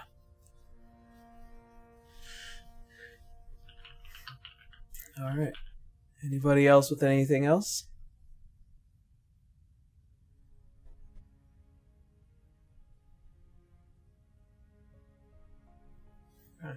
No. I don't think anybody has else. Oh, okay, go ahead. No. I think I'm done. I think I got whatever Nyx was nagging at the back of their mind off their chest, so. Teacher took a nap. It's just like the last time a soul got ripped out of me, my soul almost went with it. It was very tiring. I think Arya's just kind of chilling, keeping to herself, waiting for, she's sure that Citra will let her know when Aloise is available. Salazar is lamenting everything that's out of place. Everything's been moved over by 2 inches. Who touched the thermostat? Salazar and his dad face. Nice neat stack. If it helps, Salazar, I've got a nice neat stack over there. I don't know where everything goes, but it's all organized, so. I keep hearing a cat, and it's so cute. It's my cat, and I'm sorry. Well, you're interrupting. Teacher just went to go take a nap. That's it. Well then, with that being said, you're taking a nap. We'll get to that. We're gonna take a quick 10-minute break, and then we will be right back. Okay, Very chill because I gotta episode, guys. summarize what happened to Winry there, because I couldn't take notes. We'll get to Perfectly fine. that. She's just taking a nap. And, all right. Well then, that's it. See you guys in 10 minutes. Break time. Yes.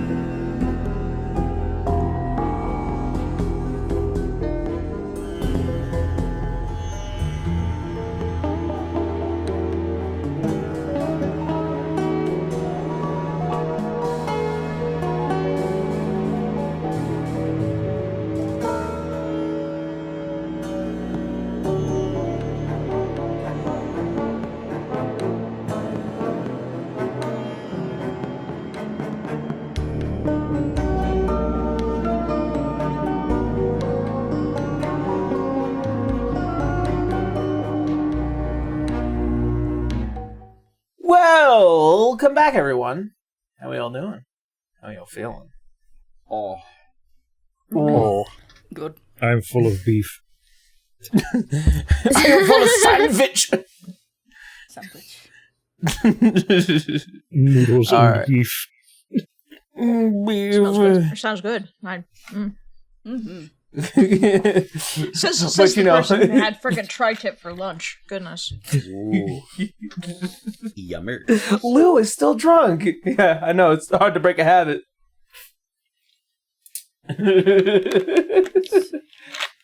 All right, so let us get into the last part of our session. Alrighty. As all of you meander about, Helping cleaning. some cleaning, and as the hours grow late, and the low-lit kind of gem that becomes sconces within the warehouse, as fire is not efficient in a state like this, but as We're also in a low- cave, and so smoke would. yeah. There's As the hole by the tree. deep, low, greenish glows to each of the sconces as they kind of just begin to line the whole warehouse. Salazar, as this process takes many, many hours, and the true start of the ritual is to be taken at the dawn of the day. Collecting the various necessities, such as certain materials to draw your circles, as you have to carefully and diligently make sure everything is perfect. As you do, this process, once it starts, cannot be stopped. Therefore, it takes your entire attention.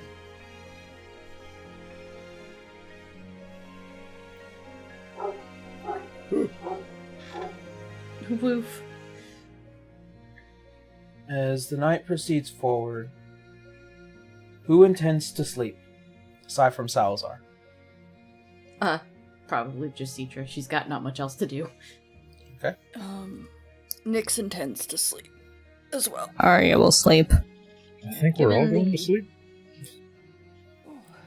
Yeah. Given the implication of being part of the ritual, possibly, Winry actually would probably go over to Einwise for a little bit of further clarification. So, you said that I might need to incorporate my magic into this? Yes. I just don't want to interrupt Salazar, because looking at what he's doing, as she gestures, it's very intricate, and I do not want to interrupt him.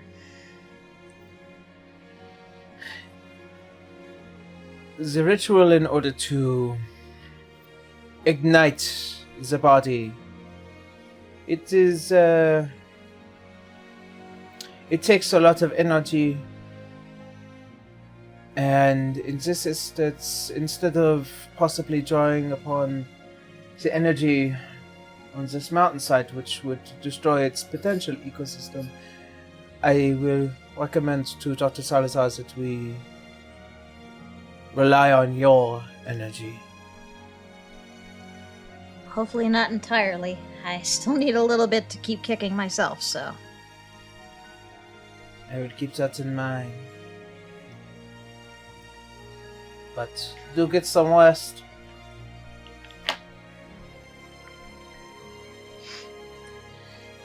I'll go find a comfy spot on the floor over there.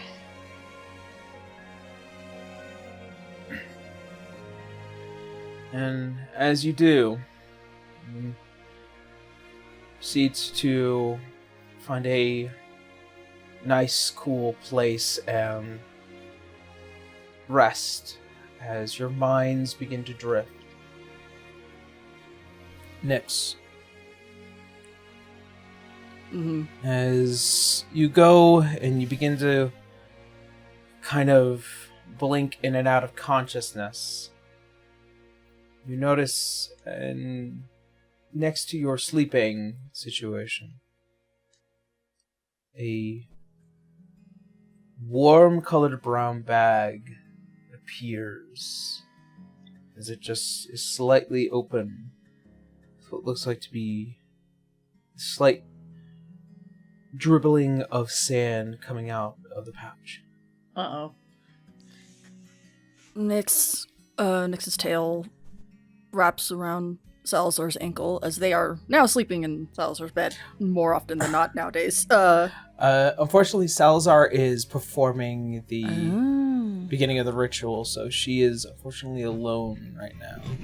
There's only one other person that knows about this stuff, and that's Citra. Yeah, Salazar would have told Nex about his actual bedroom as well, so... Yeah. They're not just sleeping on a surgery table. No. We could just cast the mansion, actually. Never mind. Yeah, exactly. Yeah, I was gonna say. Oh. Well, they're getting the bed regardless.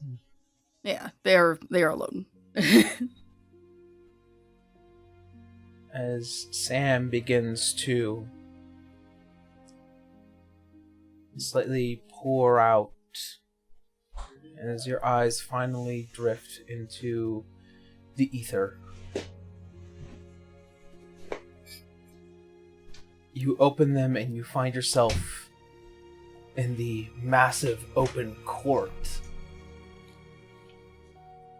of this castle once more. A figure sitting at his throne, eyes shut and tired.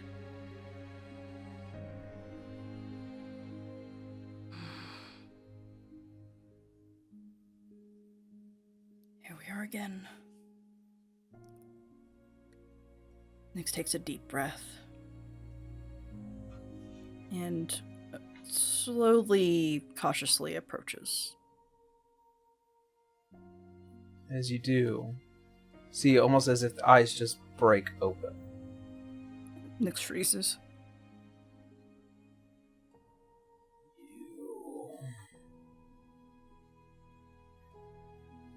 As you see, as he places the hand on the side of the chair, as he just pushes himself up.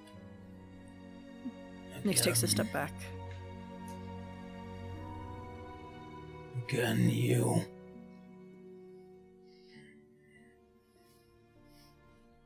Again, these games. Apologies. It's not me.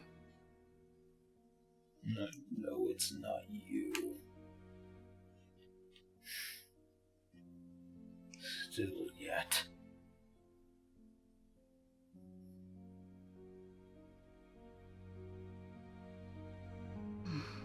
Nyx lets out a deep sigh and continues to step away. You flee before me. You will not get far. You and I both know this. As I know, he takes a it's just... step. I just recall that you didn't wish to see me any longer, so... Or do not. And yet you still are here. A pawn of the gods. Just as I had been. I can leave your sight. I just can't leave the stream.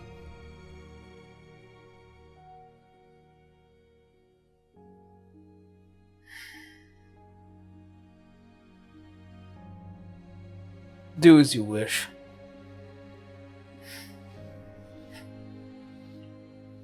They will not cease to play their games.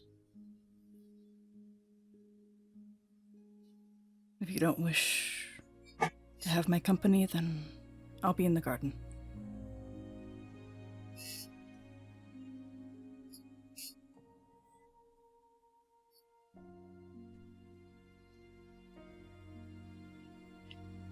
You know it.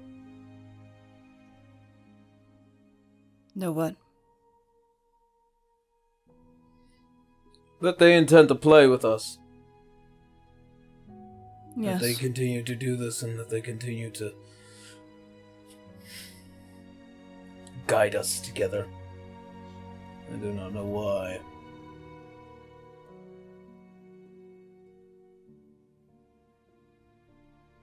I would rather try to figure it out together, but I don't wish to anger you any further. It is not you I am angry with. I don't know. When you sent that legion to come kill me and my companions, it felt pretty angry. I did not send them to kill you. I sent them to kill Canis.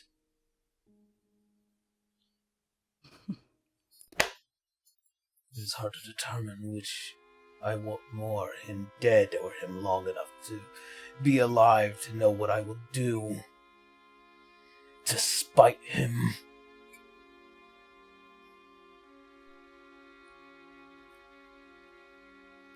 Depends on what you feel will be more satisfying in the end. You travel with him. I do. What do you suppose would be the most efficient manner, then?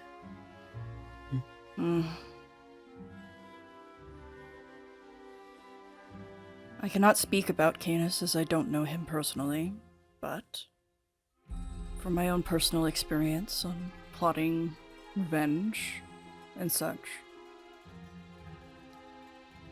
I want them to live long enough to actually see things of their consequences. But that's a personal matter.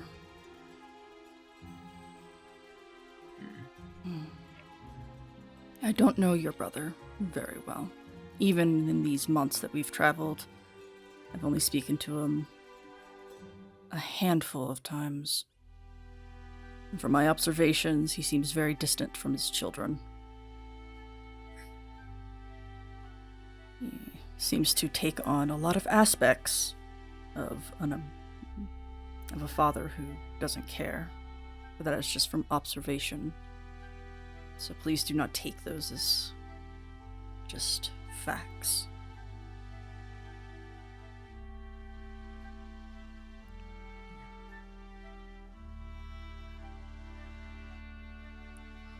He's not unlike ours.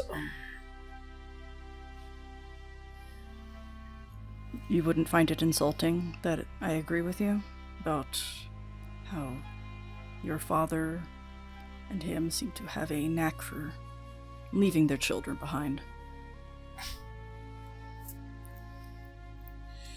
It is not an insult, it is a fact.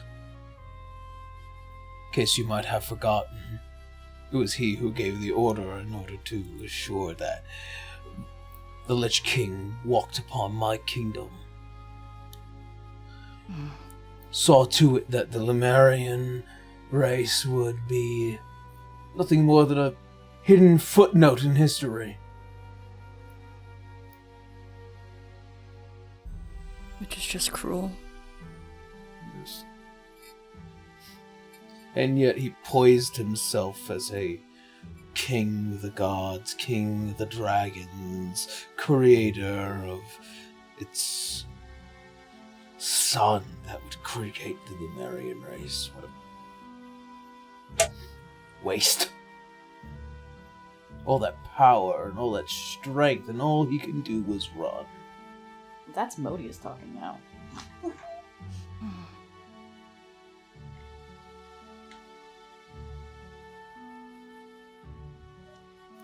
I am not a parent, so I do not know his perspective, nor am I a god. But I don't envy gods. They all seem to have trouble with actually showing empathy.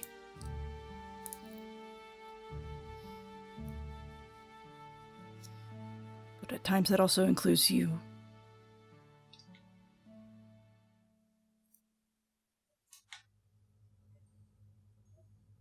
I cared about my people more than you know.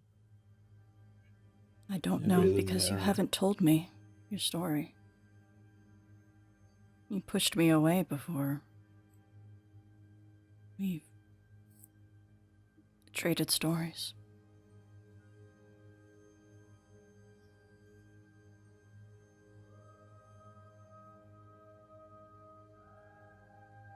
I think I was a good king, worthy of my creator's acknowledgement and love.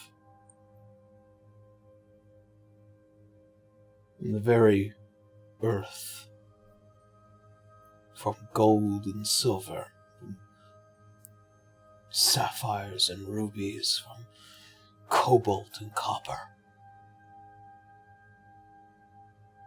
I drew from the stars, so that way I could create near perfection, but yet just enough room to grow, to be different. Enough room for free will. Enough room for them to walk their own paths. Every Lemurian soldier that stands now, I loved each and every one of them. They loved Even the their ones that king. hurt you?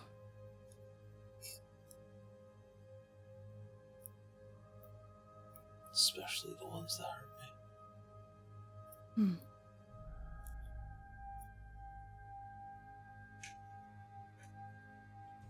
You might find this quite surprising, but there are those that I made a mistake with. I see the folly of that now, as my punishment was theirs as well. But at least they got to live a life, create their own designs, press onward, while I was stuck, hidden away. It was only until the roar of the Dragon King upon the star did I wake. And I saw my castles, my people, frozen and immobile, suffering day after day after awakened day.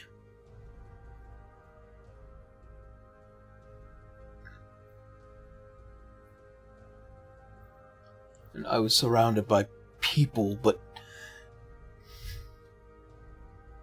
they were not alive. My people were not alive anymore. They were statues, faces.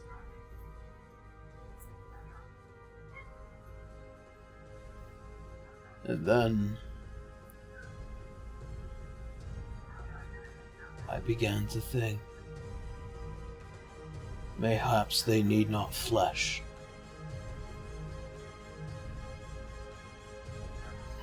but rather the certainty of steel.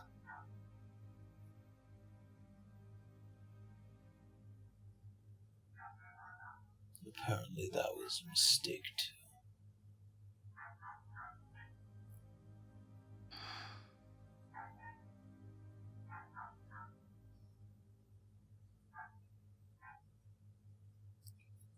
It seems like any gift of a god is just a waste.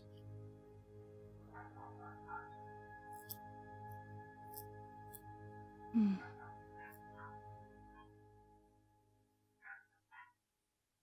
Are the gods the only ones who gave you a gift?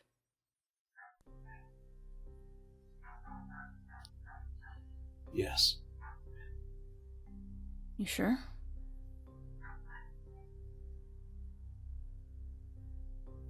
Max kind of tilts her head curiously. Who else would have given me what I have? My kingdom was the gift of gods. My life was a gift of gods. My power, a gift of gods. My people, a gift of gods.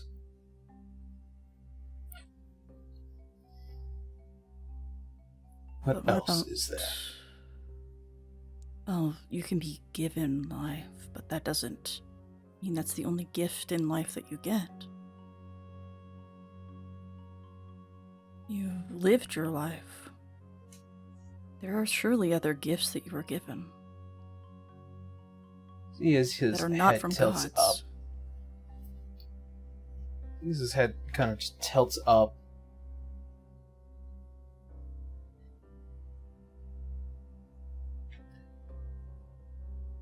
Maybe so.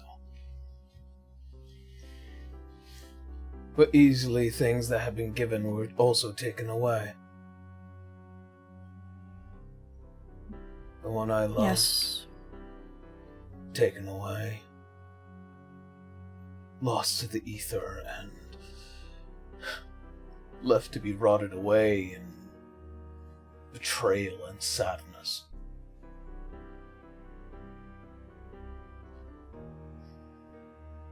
It doesn't change the fact that that person did exist. The memory. Even though it has physically no longer there, it doesn't change the fact that that is a gift. That was given to you. See as he grips the hand and you notice that the etchings that are familiar to that of the Dreadnought as he kind of grips tight, you see as they glow a bit. What good is a memory if all it is just pain and suffering? What good is a memory if it is so far away that you may never touch it again? It lets you know that you can still live. Pain and life are things that walk hand in hand all the time, naturally.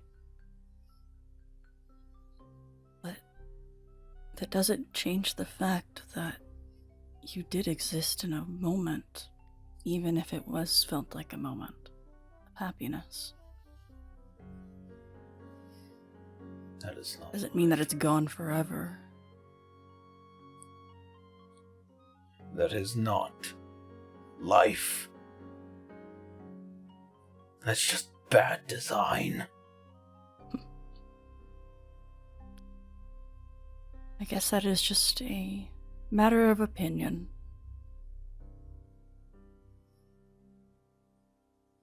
See as the hand relaxes and the glow ceases.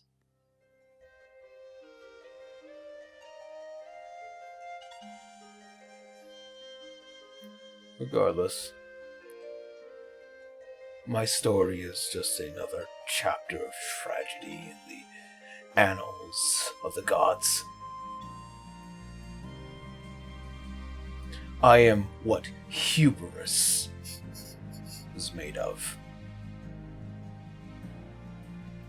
I am my father's greatest disappointment.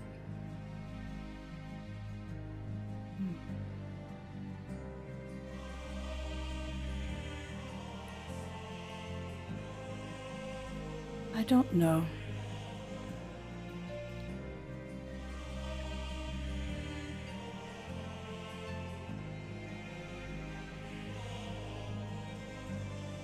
I don't particularly enjoy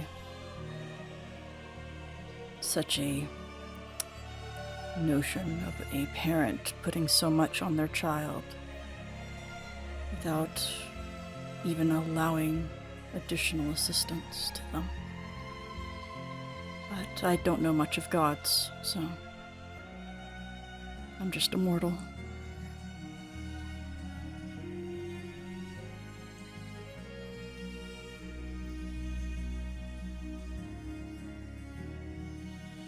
Would you like to see the garden again? Yes, I'd like that.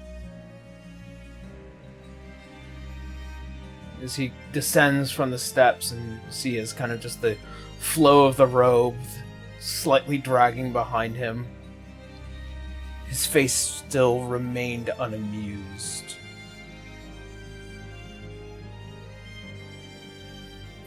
And as you make your way through the structure of the building, you find yourself here within this place once more.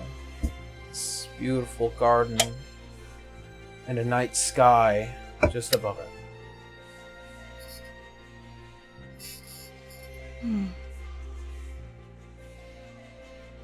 Truly is a lovely sight.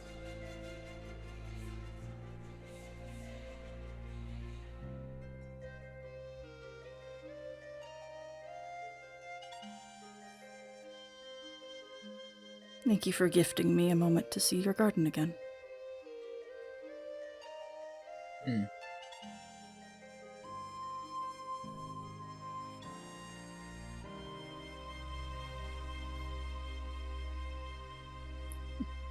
I suppose in a moment like this, one should take it all in.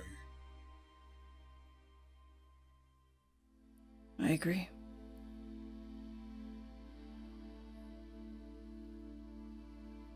One moment of peace, every now and then.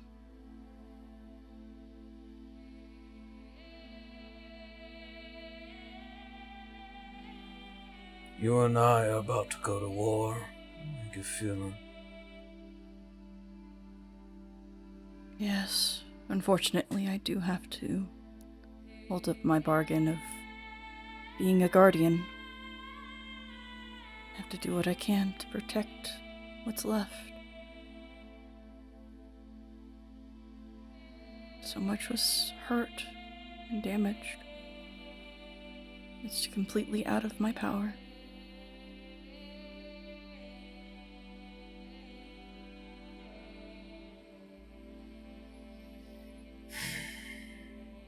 As the head turns towards you, under the cloak, you see something shift in the eyes. A pair of blue, starry-like eyes as they peer into yours. Then let us speak plainly.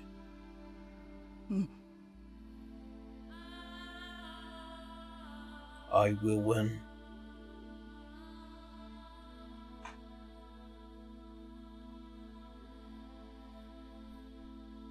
You will win this war?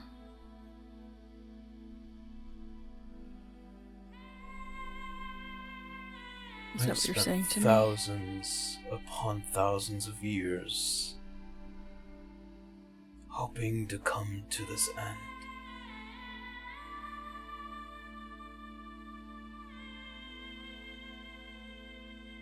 But why?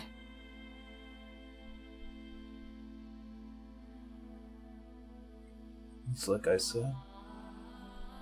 This is not life.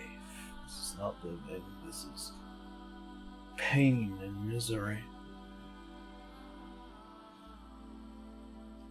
Look at the state of the world. Look at where you came from. You see it written upon your face. You have suffered so greatly. Why live like that? Why have others live like that? Why have my people live like that? Why have anything at all when unity is so much easier? Unity in death? No. Is that what you're saying? Just kill off everything that does not fit your design? There is no death in unity. Death comes for all of us. Even gods. Ideals and ideals. They all die eventually through time And yet, What you call unity is a death to something else. But it is without pain, without turmoil, without suffering. No, it's just a different type of suffering. You don't know that for certain.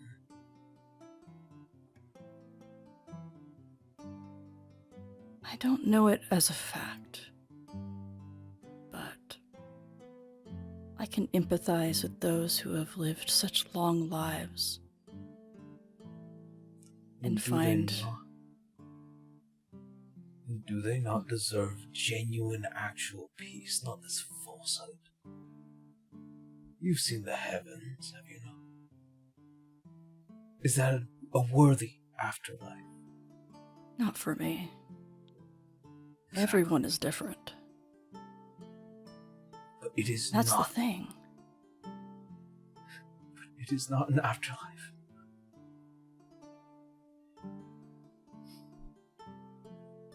I have seen the eldritch truth. The answer hangs above all our heads. I don't think that will bring us unity. But I do agree that we should work together to try to save the star one way or another. Unfortunately, that will never happen. Unfortunate. You wish to maintain the status quo. No. I can't do that. I don't have the power to do that. Change is death. It comes for everything. But also rebirth can come from death. Change is always going to happen, and I accept that full-heartedly. There's no status quo here that I'm trying to uphold. But what I'm trying to hold on to is making sure that we survive through this change, this evolution. That's all. There is no need to worry about change and survival with unity. We will be above that. We will not need to evolve. We will not need to survive. Genuine, actual peace in our time. We need only accept it.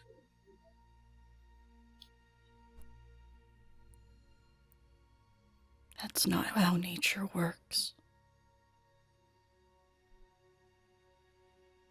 Then perhaps Sorry. I need to make an example.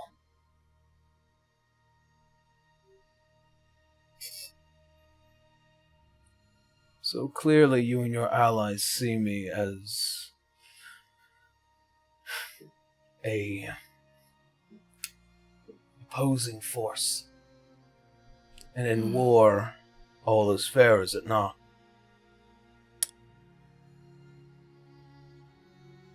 So you're just going to go back into just being a warmonger. I didn't want that. You do not want the same thing I do. Unfortunately, that puts you at odds with me. We both want to save the star. That is a similarity. But our approaches are just different. And as such, that is why we will fight.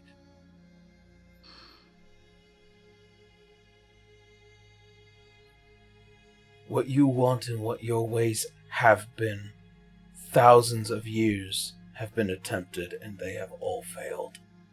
That is the only reason why the Dreadnought is here. It is here to stop this fallacy.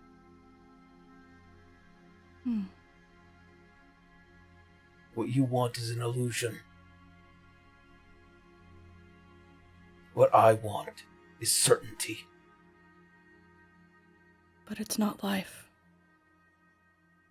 It's the best one they can have.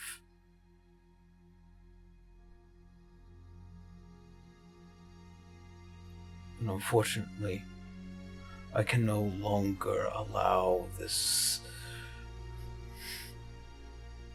unique circumstance between us. Why not?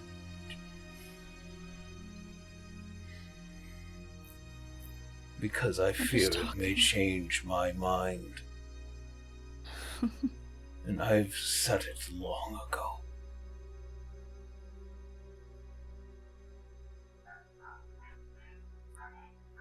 Look into my eyes, Nyx. You do not speak to a king. You speak to a man who has lived this for far too long. Mortal's failures have long since extended its stay. And that includes me.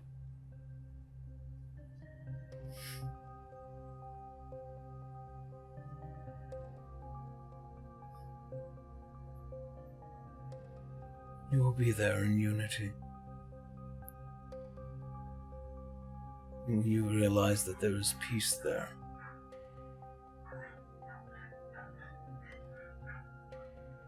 You will come to accept it. I don't know.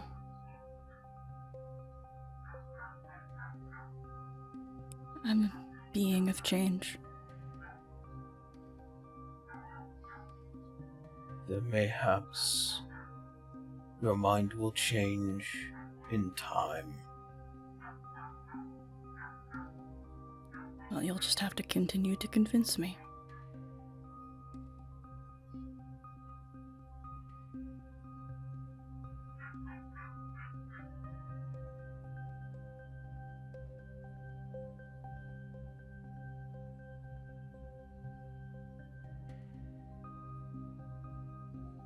I'm sorry. The odds and the risks are too great. It's a shame. I'm enjoying these moments of peace that we can speak plainly, even though we still have to go forward with what we are doing. Then the next time we meet, we shall not do so as intellectuals and passive scholars. I want to assure the next time we meet, we face each other as enemies.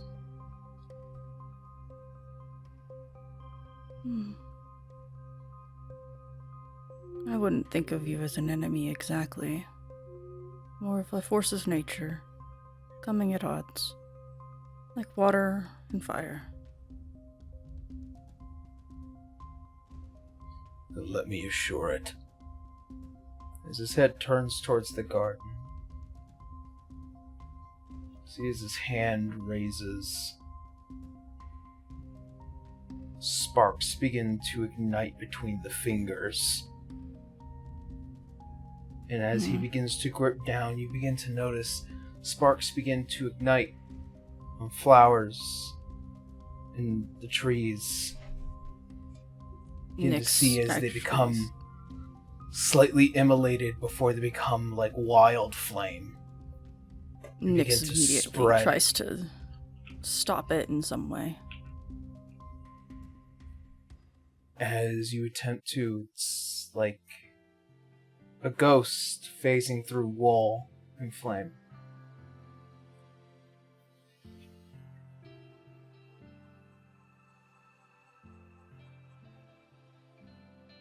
Don't burn it, please.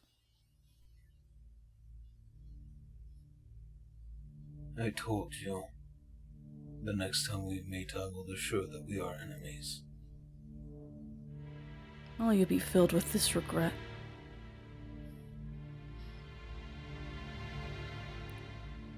Again.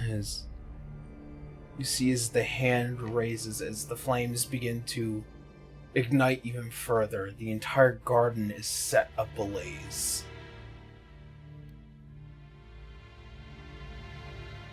Good night, Nyx Blackwillow. My enemy. I'm sorry, Roya.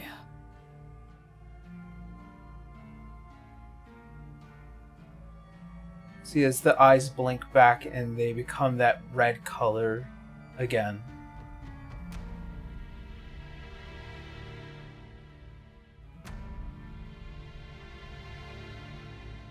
And see, as the head tilts towards all the gardens, you can see a slight bit of shock on the face before, almost as if suppressed again, and then turns away, walking back into the castle as the dream slightly begins to fade. Nyx puts their hand down on the grass. Even if it was put up to blaze, even a fire can still sprout something, but it will have to wait. It will just take time.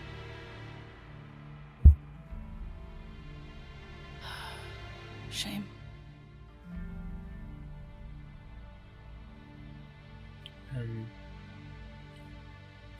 As you feel the weariness of your eyes begin to grow heavy, you're drawn back to where you once were.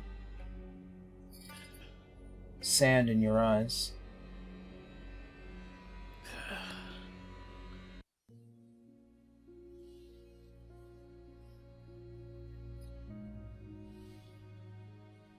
Unfortunate.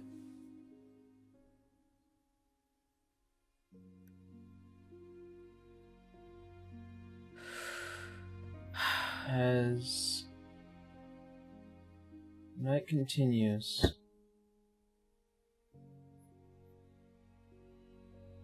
Citra.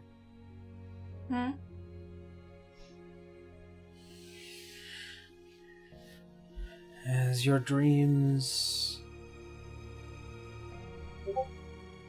fall deep, you find yourself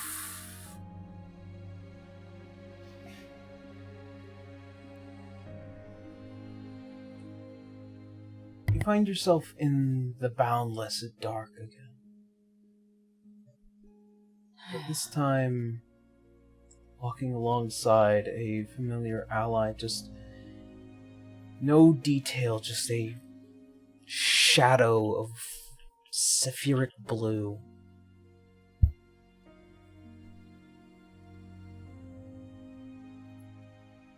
In So the far he's- off distance. He's there with her, but just not like his usual like humanoid form that she's used to.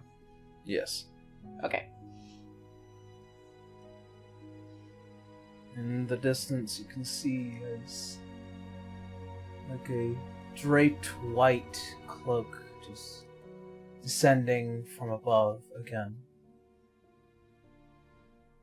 before floating before you two. You're back.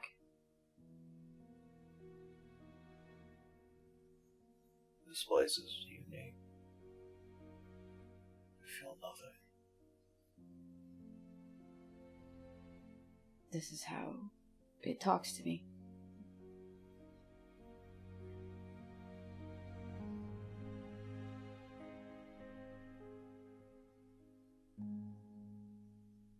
You see his faint glow of eyes behind this thin veil stares back at the two.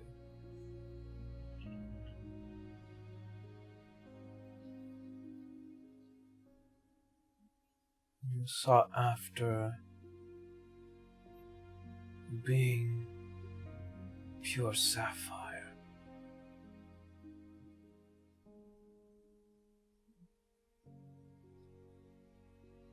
Yeah.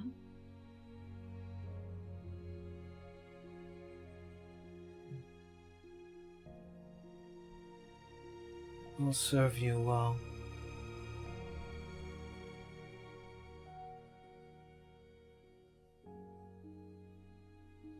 See as Alois is kind of just taking a step forward. Who are you, Billy?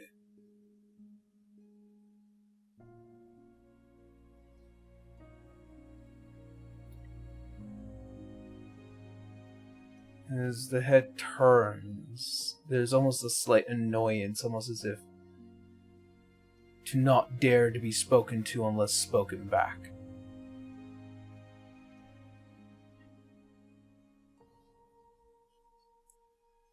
I've asked before, it never answers. These ones are prone to not do so.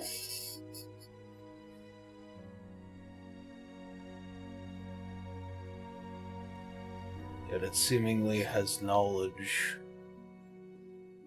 of this star that it shouldn't, if we thought it was what it was.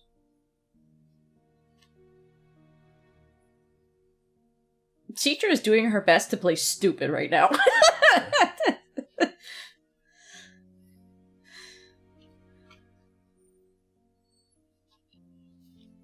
Mythos. You keep calling me that. Yes.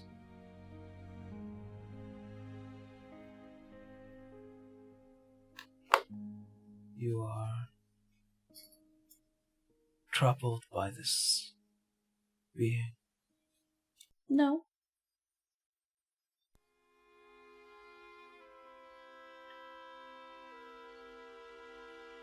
Relies on certain levels of uncertainty. It's just kind of tilt her head. This being is my friend. Doesn't trouble me.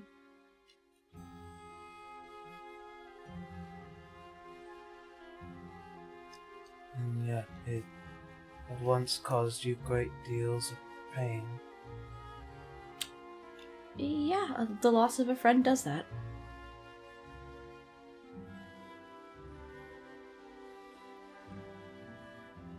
Why concern yourself with loss?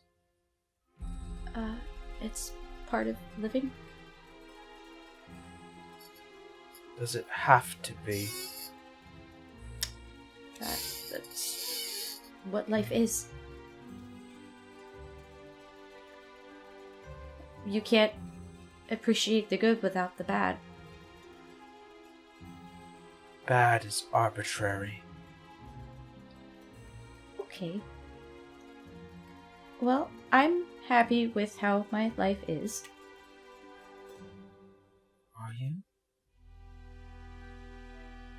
Yeah.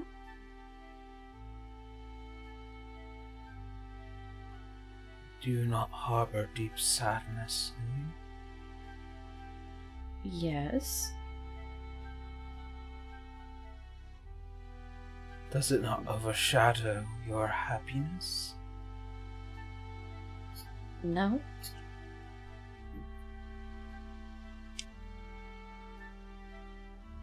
Are you certain? Yeah, I'm certain. I may be sad, but I still have things to live for. And yet you still are sad. Well, it's a process, and it's not necessarily linear. See as Alois, as he kind of takes a step behind you, almost like an advisor. Seems to focus on your negative emotions. I'm starting to notice that, and it's a little irritating. I don't like my sadness being used as the way to minimize my happiness and question my life.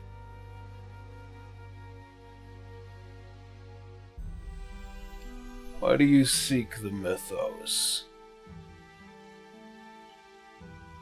And as the head snaps towards just beyond your shoulder.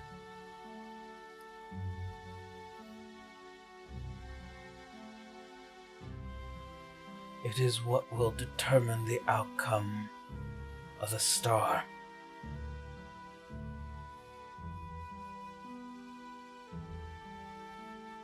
Me? I'm gonna determine the outcome of the star. She's still pretending that, oh, she's Mythos, because it keeps calling her that.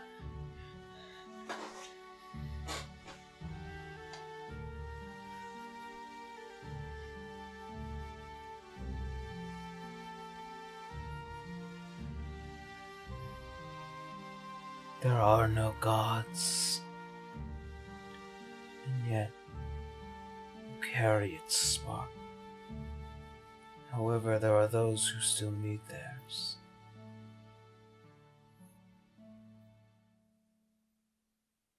Okay.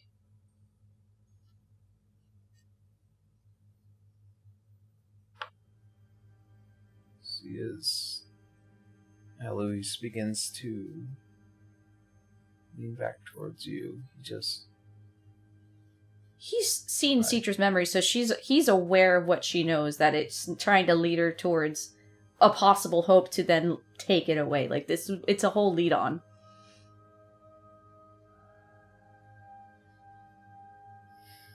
This is not the Dreadnought. Then what is it? This endless pit, this darkness,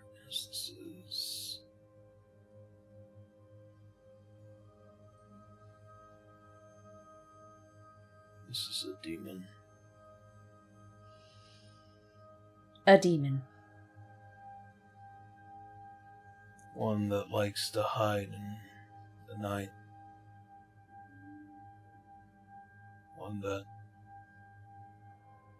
has its own plans and designs. Its quiet moves.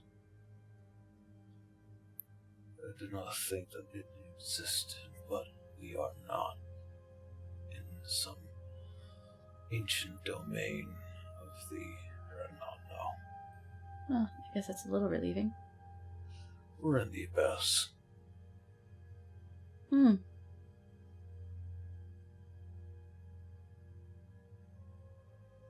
But yet my body is still back in the lab. She has a very unique talent.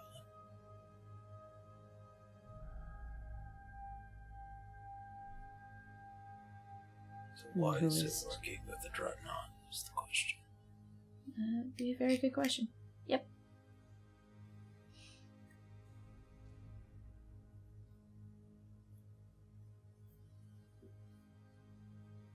Speak plainly. What do you want?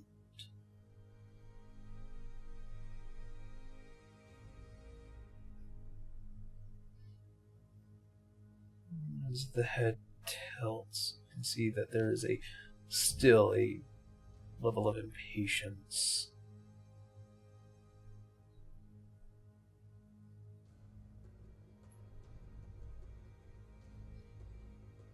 We want the end. A peaceful end. A unity.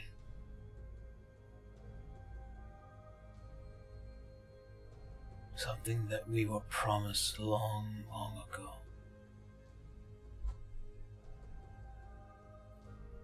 And only Mythos will guide us to that end.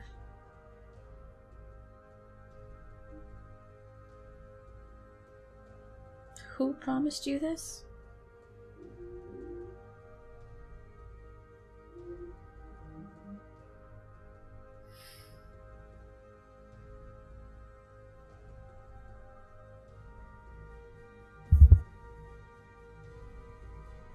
You'll need to strip the last spark from the hands and the soul of the Dragon Queen. Seek the highest heavens, and then delve into the hells. Okay then.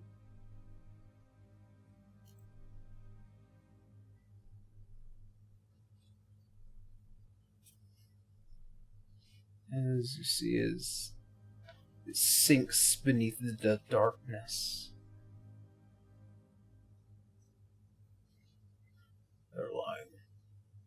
I know. The dragon said so.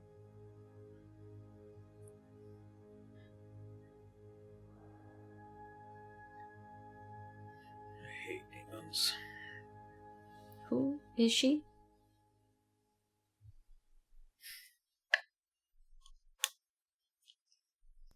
Seemingly an arbiter for Ostius mouthpiece. Can she still hear us? Maybe. Is there a way to get back to my normal sleep?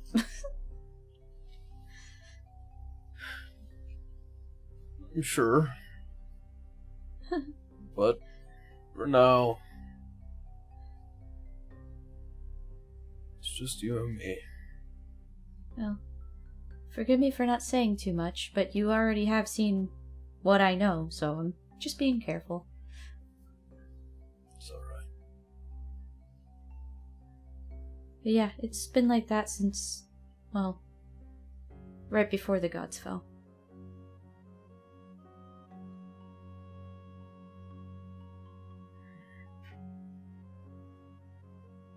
We'll need to seek out my horde at some point. Which one?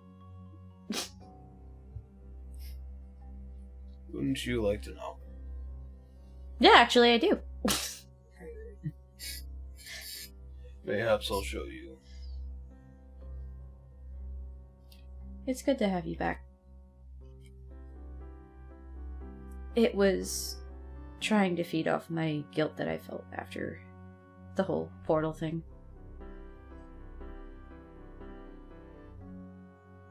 I know.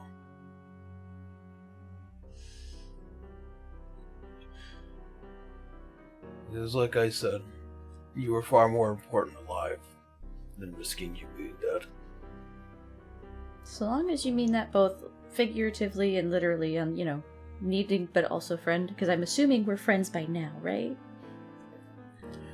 I'm sure we're friends. Okay. So, am I gonna have to worry about my own soul again? Because the last time when Salve got ripped out, I almost got ripped out of my own body, and it was rather painful. Let's assume that Salazar has done his due diligence to assure that the separation is painless. I hope so. I'm working on it. What? You're not here. Salazar suddenly also in Seacher's head. What is this a gathering place now? Salazar suddenly in front of nobody. I'm working on it. Everyone's like, "Are He's you used to good?" being yelled at. Yeah, you're just like you're just like still like 3/4 of the way through with the massive like magic circle, and like Rune, fucking rune. your fucking gloves are like Just like half chiseling away. drenched in blood, and the other the skeletal hand is just Yeah. Do the things I fucking do. Yeah. Seacher just kind of like, well, I still have you here, and you kind of can't run away for now. No offense, you do that a lot. It just, the guilt ate away at me, only because it felt like the reason you died was because everyone was so fixated on getting me back. And I felt bad about it. Like, really bad. And then I found out you had a daughter, and then I felt even worse.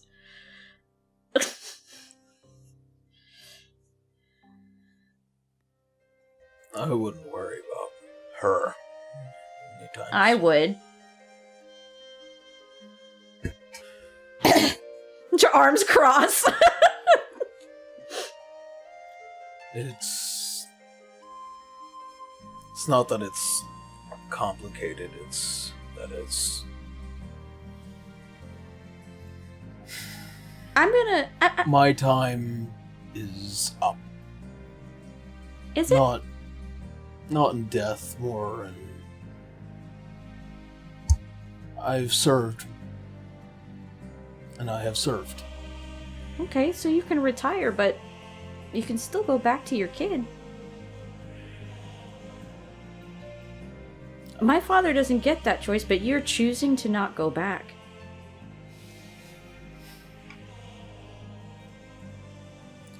I'm just saying maybe you should think it over a little bit more. Think I haven't thought it over?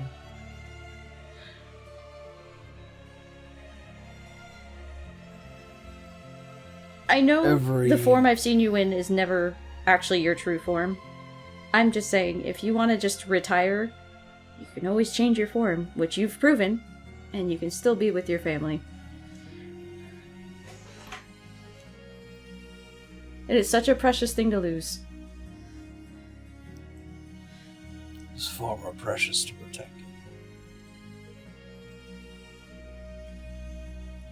Agreed. You don't think that people will still seek out people with your last name, those that would know of you?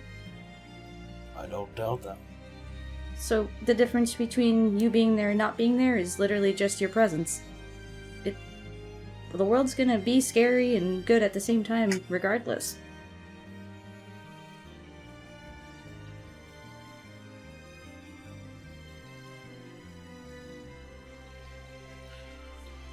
I don't remember the last time I've had a good sleep, Citro.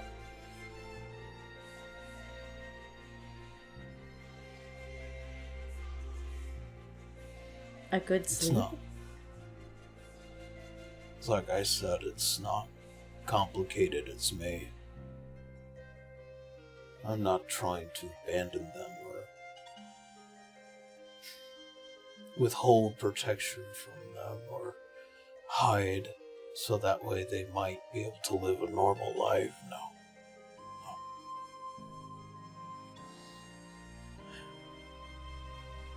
I've been so wide awake for so long. I cannot tell you the last time I had a dream. I cannot tell you the last time I ever had a good sleep. You're going back under the mountain kind of deal.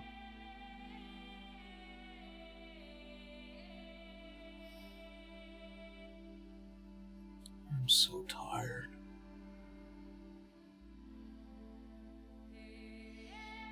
But alas, I cannot rest until this work is done.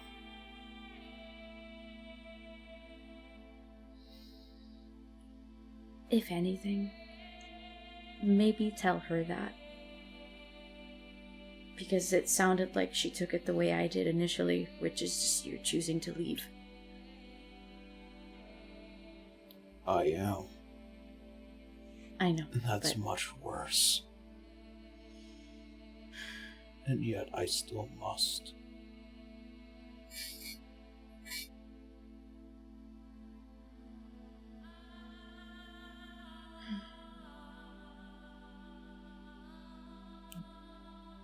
But worry not. I know that all of you, even after the star changes,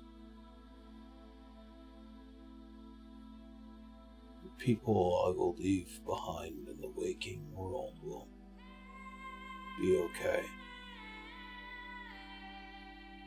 You will all see to that, I'm sure. I don't know how, but sure.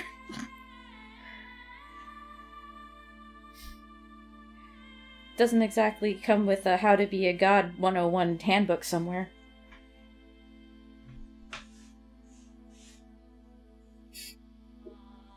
We'll see.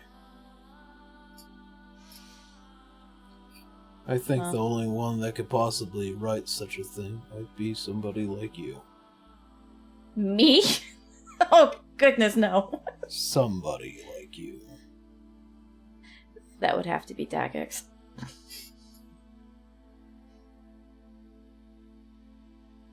He would know.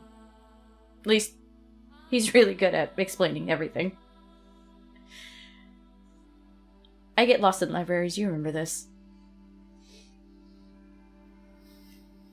But alas, again, I must remain awake. But this sabbatical and this rest is all I'm going to get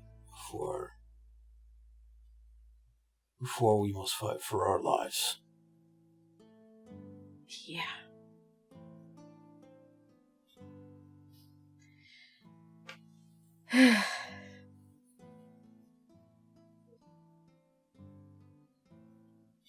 Well, just gotta hold out hope. Bad guys only win when you lose that.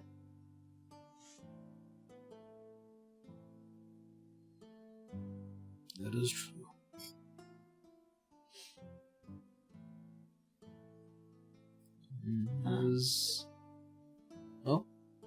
She's gonna say, Arya also wanted to talk to you when you're awake.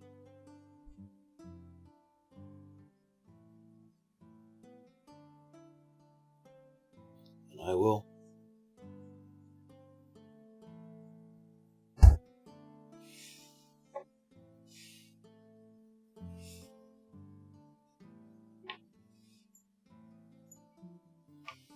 So I'm understanding this is what he's talking about is long dragon hibernation sleep time. Yes. Okay.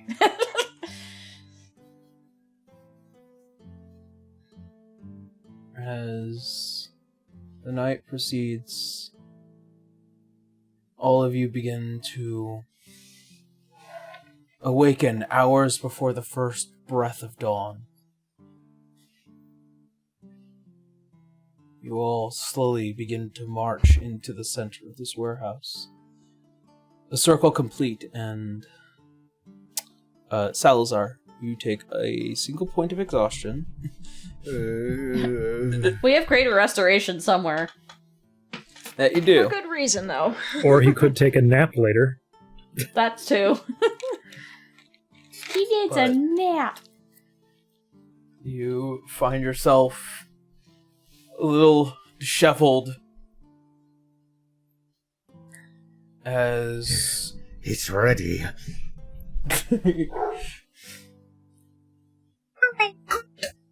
How many coffees have you had?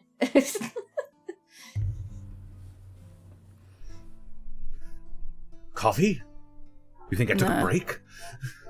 I didn't. Look of pure concern. His eyes are like bloodshot.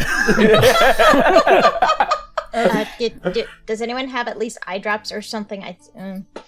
Come here. The second doctor apothecary. Just like, okay, this is just individually blinks his eyes. I did not have time for a break. Calculations, precise calculations. Yeah. Okay. Next time you take a break, but for now, just take this and then take these. Shouldn't we be a little bit more cautious? Because didn't part of the visions we saw was a rampaging dragon? Yes. Yes, exactly. Then it's a good thing the rest of us are all, And a song. Looking at Arya. And a song. Did you compose something? Shit! Scribbles! That's what Give I me needed to 10 talk to. That's what I needed to talk to Alois about. The Dawnwright said that he would have more information about whatever this song is supposed to be. Would he be awake right now? You can feel him kind of scratching at the walls. Hold please. She's gonna she'll just the handshake and switch with him. Yeah. As you see as these sapphire eyes open, the horn shifting to those to that very gem blue. Hello. Good morning. Good morning. So, Arya, you have a question Yes. for me? I do, and I'm hoping that you can assist me. I spoke to the Dawnwright, and it said that one of the things needed to stop the Dreadnought would involve a song. And it said that you would be able to illuminate that for me. That would be correct. To all of you at present, as I am made aware that each and every one of you have been making efforts to claim a divine spark, and to you, Lady Arya, to regain... Just Arya is fine. Very well. In my thousands of years of travel, I have found myself constantly finding one consistent matter when it came to the changing of ages within Eardsihimmle. Whilst we do consider the Feyvelmach a event that had lasted millennia, it was merely that, an event. We are aware of the Founding Age, the Lost Age, and those all the way in between to now. Every shift of an age came at the cost of great turmoil, near destructions, and thousands, if not millions, of lives lost. But there are two consistents. The first, the Promethea. The one to carry the flame, as we would call it. Myself and my good friend Mungrir, as he begins to tell his story towards you, Winry. She certainly will perk up, but not interrupt. We traveled all throughout Eardsihimmle. We went to the lowest depths of the seas and the Underdark. And we found something.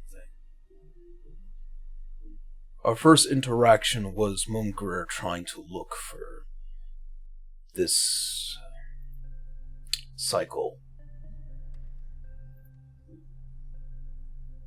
When we had met, I had met him as a beast and not as I am now, but knowing I was before a stronger and more terrifying opponent, I accepted reality, and he offered a claw to join him, to learn.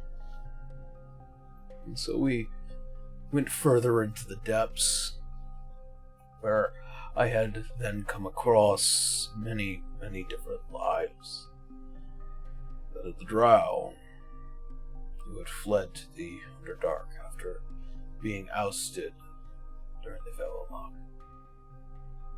as well as the Yuan-Ti, who had began to build their kingdom there before being invaded by the Illithid.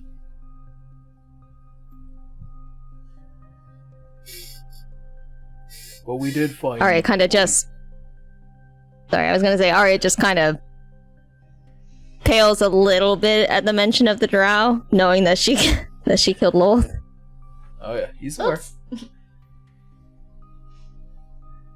However, deep beneath the star and its earth, we found what we were looking for.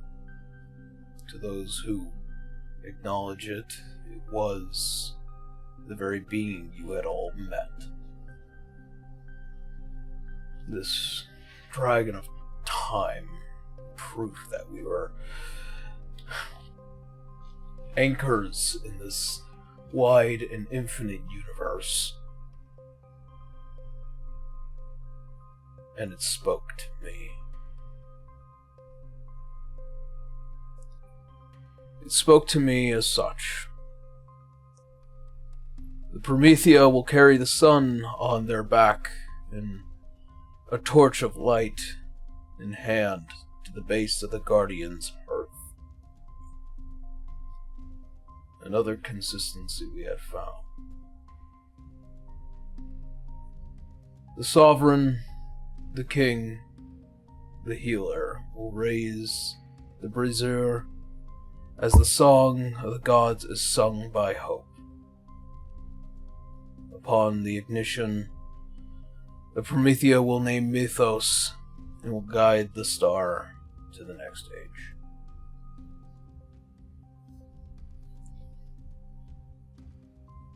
There are inconsistencies for the second half.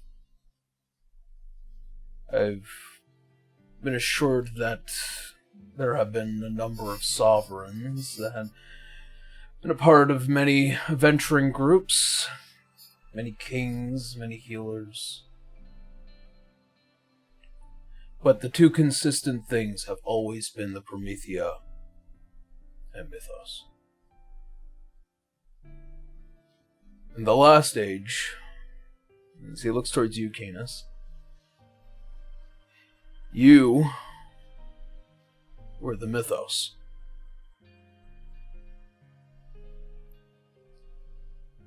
Your friend, your ally, River Dustlake, was the Promethea.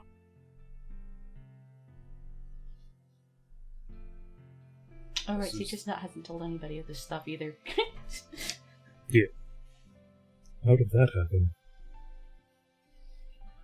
The star has a very particular sensitivity to what has always been commonly referred to as the balance.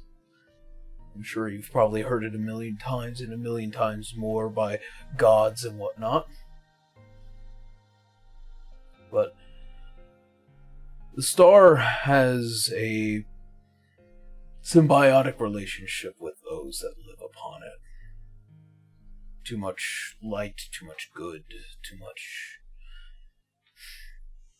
much of that can cause itself to assuage and stifle and stagnate. Too much evil, too much darkness, too much that. And it begins to eat itself alive, destroy itself, rot. This is the reason why the Findal and the Prime Deities clashed. So that way this star may continue to live as a vessel for, hopefully one day, to face off against this present threat. Last time it was Roya. This time is this. Pointing upwards.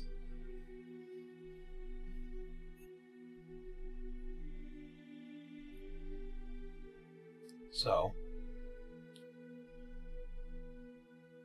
before a new age, Promethea chooses the Mythos, whether they know it or not. But this time we are more actively aware because of what the Dreadnought is after. It wants the Mythos, because if it gets the Mythos, then all hope is lost.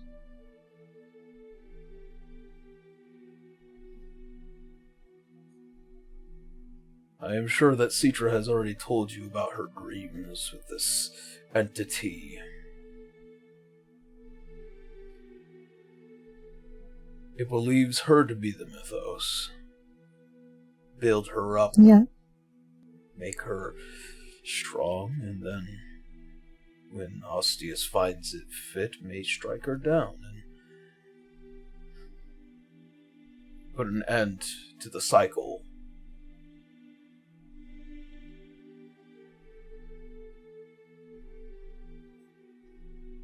Truth be told, it's hard to tell who will be the next Mythos, but I think in the end, this time, we will know who it will be.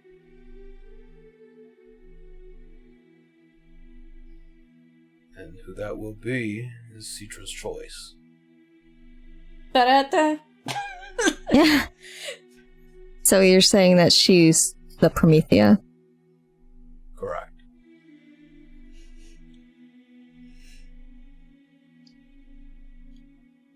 It is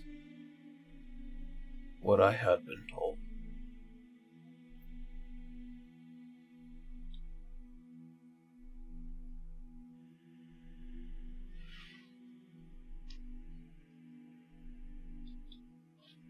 And what of this song of the gods that you mentioned? I was the god of bards. I feel like I should have known about that. This song is a song more than likely by your design.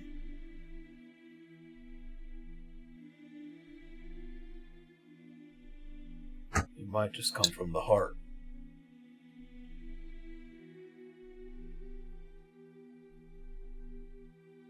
I've not composed in a long time. Guess I'd better grab some pencils and paper. I have some spares if you like some. Thank you. On this matter, though,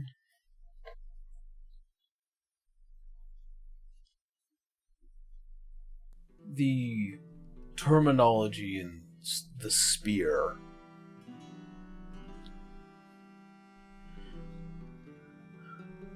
believe it is not a weapon, or it could be, but I believe that might be in association to the mythos.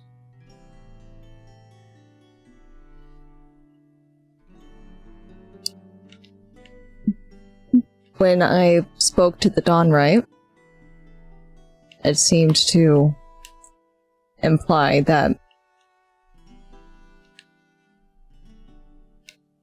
someone with citrus traits would forge the spear. Then it is to that assumption that the mythos is the spear.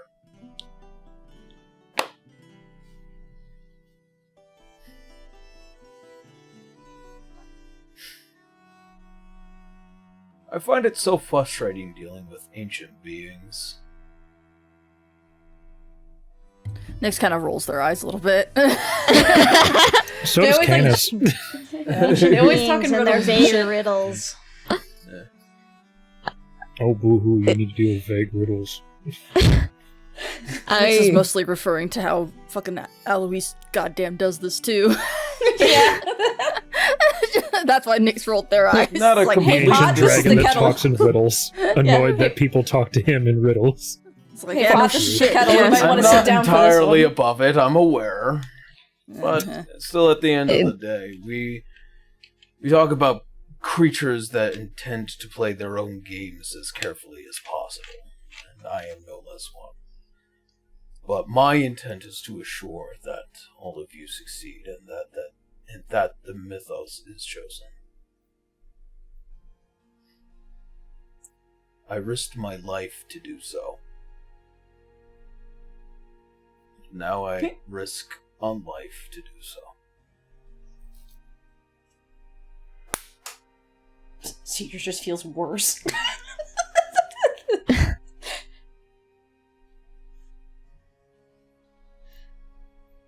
So,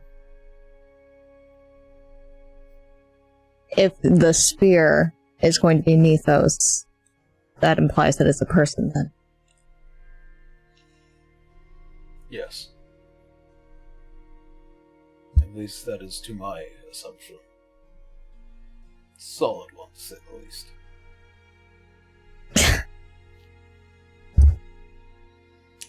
Well, I don't know much about your judgment skills yet, but I'll take your word for it this time. Boy, does he judge. That aside,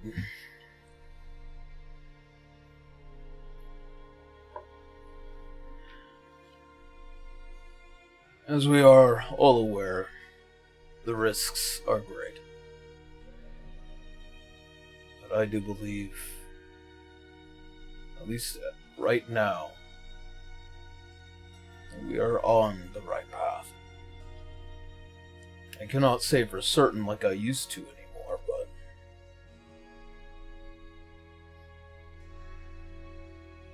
I will say I do feel good about this.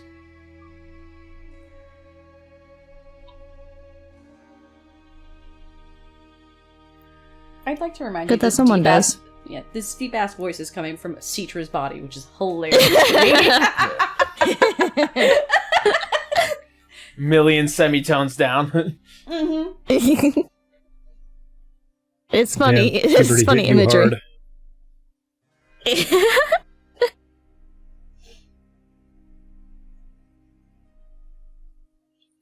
Well done. Doctor, I believe it's time. Salazar is just facing forward, just completely lost the moment. Just slowly turns and looks at Citra, I guess. Yeah, it's Citra for now.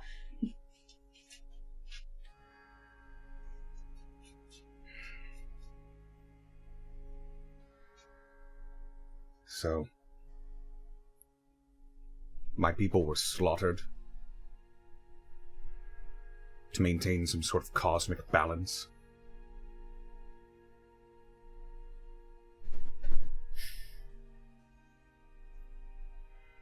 They were already dying, my friend. Myself and Moon Greer had saw to it to try and limit the damage. Salazar just starts laughing.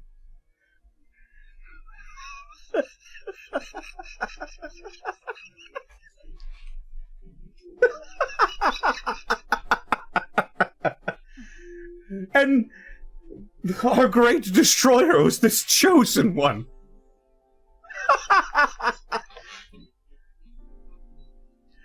Oh. Oh. What a joke.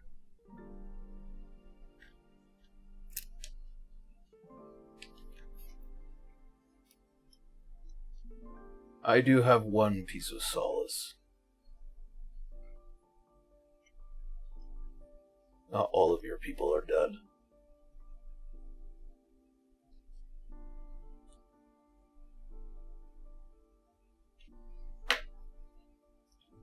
The reason why I offered you divinity as your reward for this, it is because that divinity, that strength, is what will bring them back. Oh, I'm aware. I'm fully aware. And no force will take them away from me again.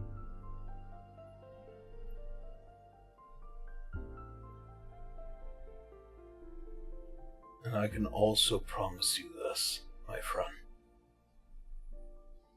I have set in motion many things to assure that they thrive, that they are accepted.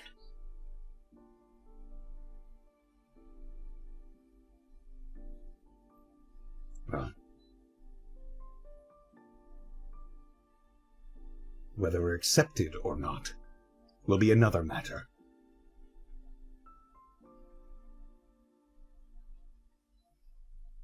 But we will live again. No force, not even your order, will prevent that.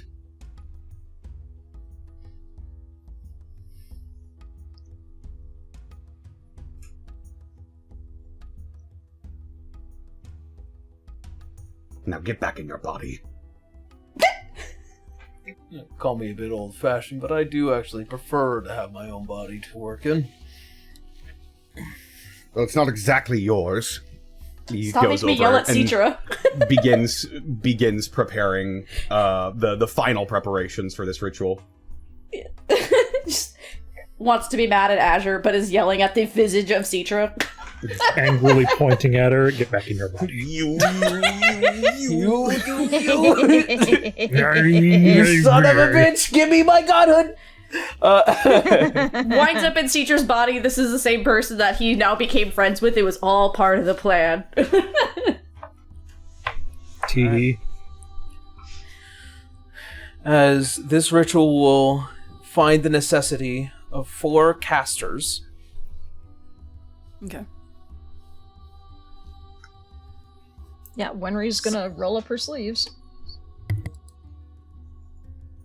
See as Linda, as she takes one of the other spots, one is left open. Next. Are Sorry. you good, Ray? No, Ray was having internet issues. Yeah, I was having a dip. I was small dip, so I still heard everything, but it was just like, oh no, I can't speak right now. I will be I thought Dix was offering. Sorry. Should it be myself or should it be Venus or Winry? Like Winry's already doing it. Oh, she is? Okay. Arya can take the last spot song, too. Right? Oh, Yeah. so we're talking. Yeah. For the I thought we were. No, Oh, for the ritual. Okay, never mind then. Yeah. So I guess next. I guess it's me. It might be a good idea to have Canis make sure Citra doesn't, Die. Again. Valid. Oh yeah, speaking of which, Death Ward. Thank you! And since we have rested, I also have Fortune's Favor, which I will actually cast on someone else. Canis just massive hand on head, Death Ward. I will cast it on... Who should I cast it on? Fortune's Favor. Or not Fortune's Favor, Foresight. Foresight.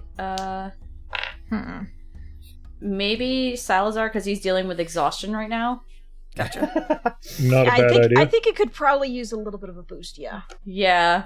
So I'm going to use 2 spells then. Dead, tired, just... He's really delirious at this point. He sounds like the zombie from Minecraft right now. So Nyx comes up to Salazar and gestures him to come closer and puts their forehead to his and casts Foresight. And then also goes ahead and casts, let's see, what is it called? I'm looking at the spells. I know it starts with an R. Like, it's basically to get rid of the exhaustion. Greater Restoration. Greater Restoration. Yeah, I think Greater Lesser Restoration. can deal with it. No, it's No. greater. No, it's greater. No, I Lesser think does it is like- greater. It's got to Yeah, be it's greater. greater. Yeah, we have enough diamond dust for this shit. Yeah, Yarp. exactly. So, at least gonna spend 2 of my spell slots to do that. Since I'm Okay. going to be concentrating the rest of my energy into this ritual. Stop being tired. It's like, you'll do Okay. fine. Nyx whispering to him, it's like, you'll do fine. Citra's like, please don't let me die. I know that because you're here. Their forehead touch seems to last a little bit longer than Yeah, typical. he like it just like holds it. Please just let me feel anything other than stone and blood. Just for a moment. Okay. This camera pans over to Arya with the biggest gushy face ever. Arya notices, but she doesn't. I know. It's... She doesn't react. Yeah. Yeah, that's gonna be something that we address later. Yeah. I think Canis notices, he just doesn't care. Yeah. Canis, you're gonna still get yelled at by Citra for still not talking to your kids. You're still another issue, okay? Salazar opens his eyes after a few moments and just starts looking around. Oh, that's strange. Well, I will get to my position. Right. Alright. As each one of you separate out into the 4 different sections as they kind of cross into a big X, and with a single central one that points out as Citra takes that stage.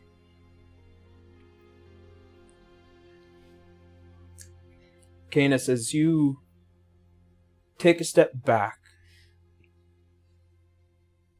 Arya,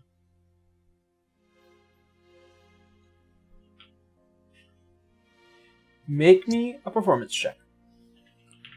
Okay. Imagine if I just, like, nat one right now. Biffed it, like, right at the start. Don't say that! But it would be funny. Holy Jesus! I don't think a 35 is a 1. Yeah, I think that's pretty good. I think that's a whiff, guys. I think that's Damn. you totally Start over. Damn.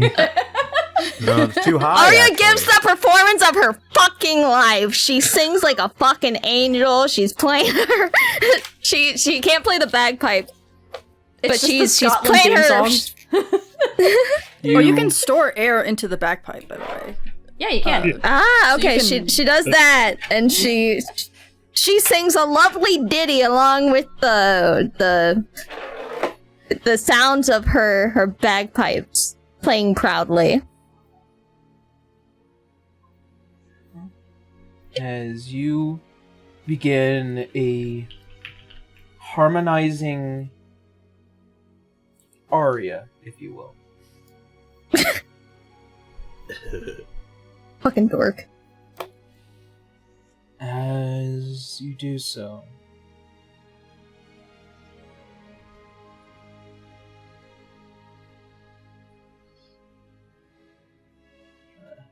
the proper song here.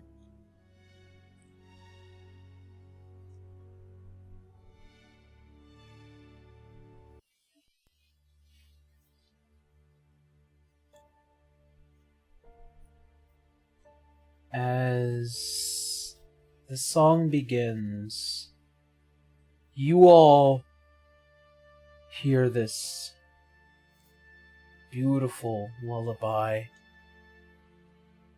this tiring but yet soothing sound.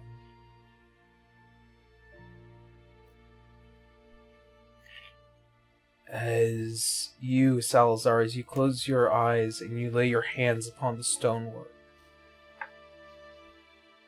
and you begin to feel ignition.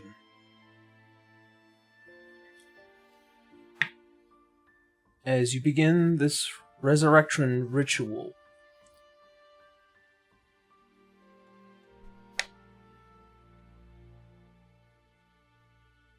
what do you give to this ritual? Not just in magic, but what do you as yourself wish to give to this ritual? Give me a second.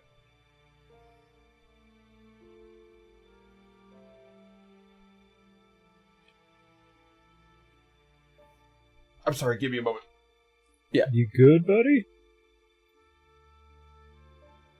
Oh no. Yep. It's okay. Turn up the girl. Oh no. Oh no. Do you need 5 seconds or a minute? Yes, he does. Just give it a second. Uh-oh. Yeah, I'm just gonna get some water real quick. Okay. Do thing. Okay. Do thing. We'll wait for you. Yeah, we'll hold.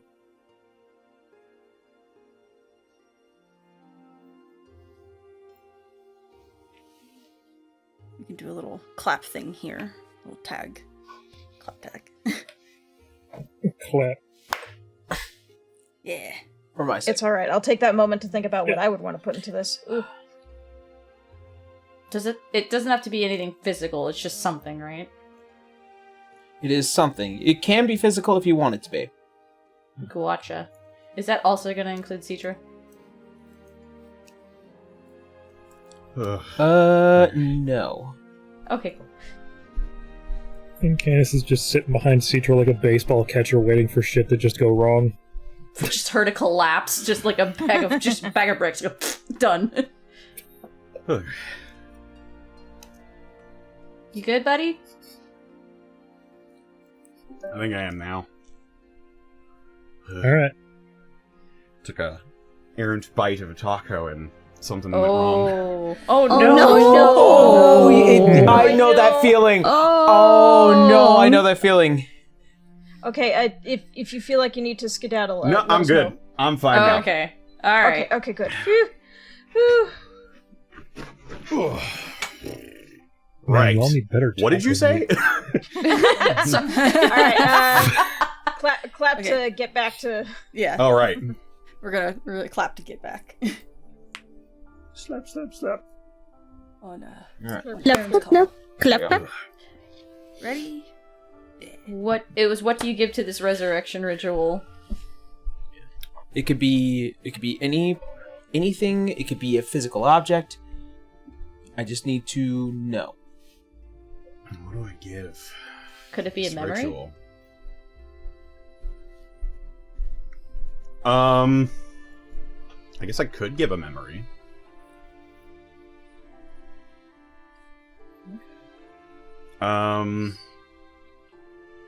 Yeah, I think Salazar will offer up his memory of the moment him and Alois first met. Some 30 years ago. The familiar eyes of a man who sees both passion, but also there is a measure that is of pity in that first meeting. How he so desperately hated this outcome. Now that you have the information, the knowledge. Make me a history check as you draw upon the memory. Let me go ahead. He has foresight now. Mm-hmm. You should roll it with advantage. We like foresight. We like foresight. So it's there for you.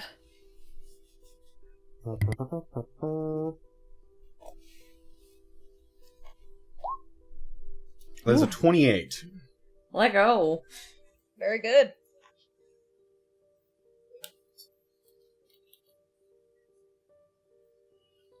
Alright. And a natural 1 athletics. He like trips a little bit. Swallows his own tongue. Linda Now is going I- to offer.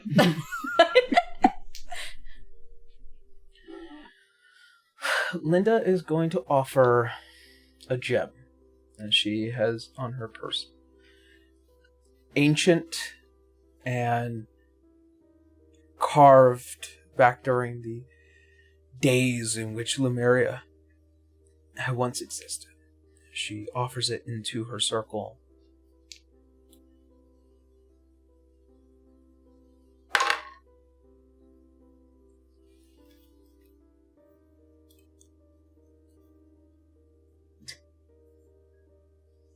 Measuring how crazy and rampaging this dragon's gonna be.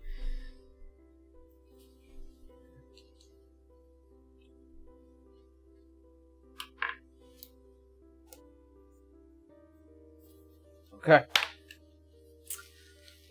Winry. As she displays her hand down to the floor, kind of following Salazar's example, she draws on the memory of her first flight, and she gives the thrill of flight, the feeling of flight. And as you do, you can feel as the sparks begin to ignite between your fingers, as the memory begins to draw. As you do, I need you to make me an Arcana check. Okie dokie, Arcana. Here we go! Ooh, that's a 10. Okay. Hey, if you need me to dig deep, I can. I can try again. Alright. You're alright. Hey. Alright. As sparks begin to flow between your fingers, as they begin to give a light to this massive circle, as the idea of flight and the feeling on the beating of on a dragon's wings, these passing moments of genuine delight. Nyx, what do you offer to this ritual? Nyx offers some of the sapphire gems that they collected from the moon that were literal pieces of him.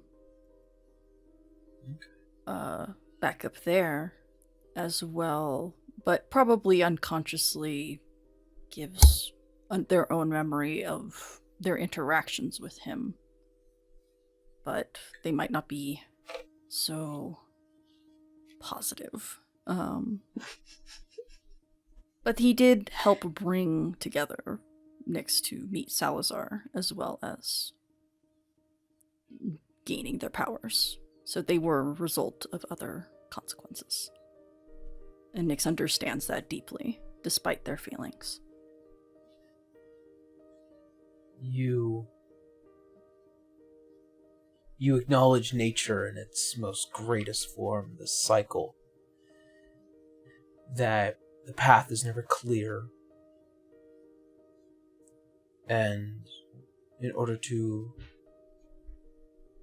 give life, it had to come at the cost of that life as well. As you place the scales down and you place your hands on the stone, as it glows deeply, you feel not just only earth, but the very star itself, as if the roots begin to draw close. Go ahead and make me a nature check. Got it.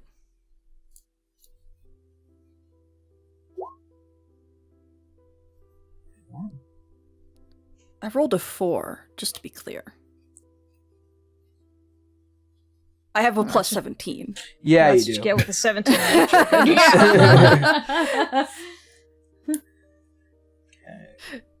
That's good.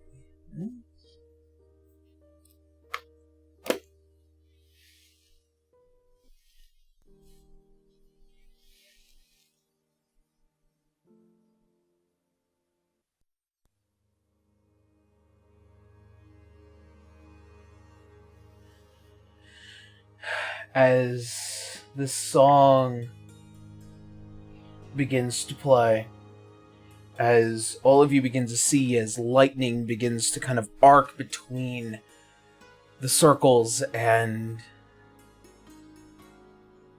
Citra, as you can feel yourself just being lifted into the air.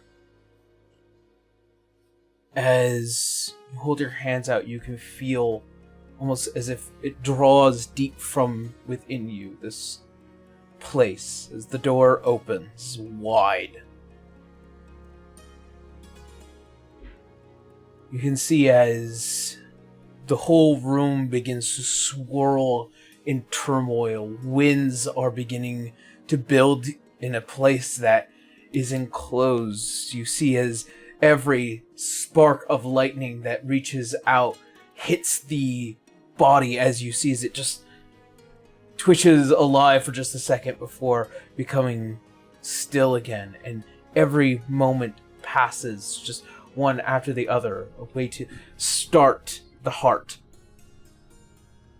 As these memories are empowered, you begin to see the swirl of not just only pure energy, but also necromantic energy, as those long blue streaks of lightning begin to twist into a slight greenish tinge at every strike. As you do,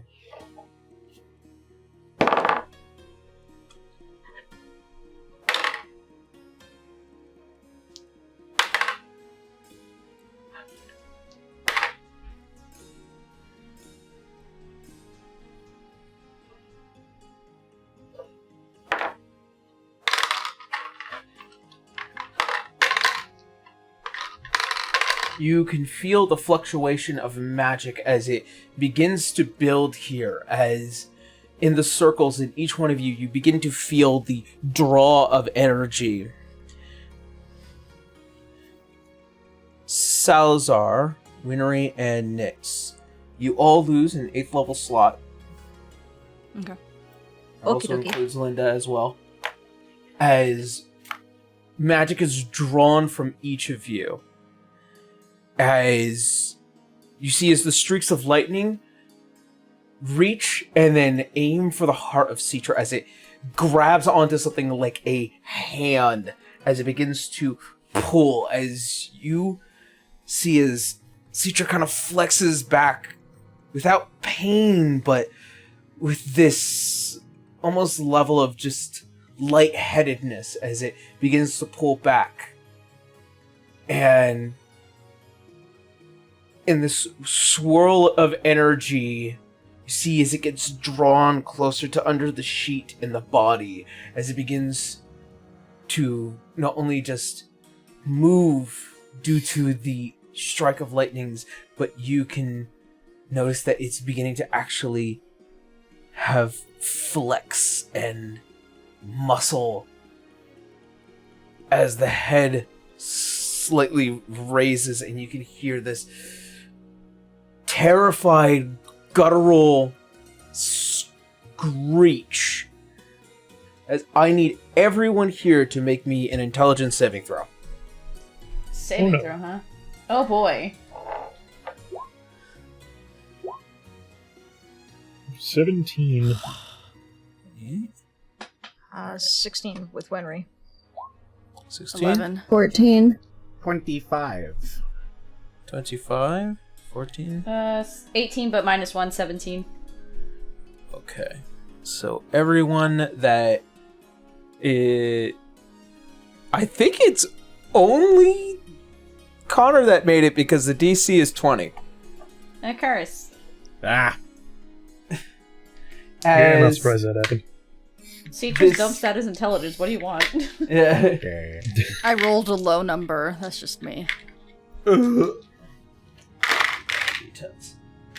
have proficiency in intelligence saves, but that doesn't save me from. I would never low have made rolls. it because I have a -1 to intelligence, so Uh-oh. even at a natural 20, it'd still be 19.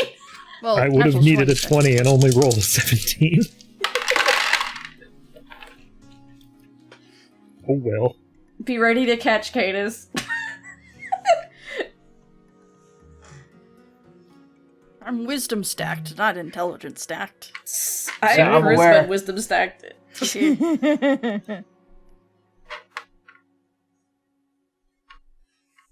Yeah, I'm aware. He knew just to pick on us. To her.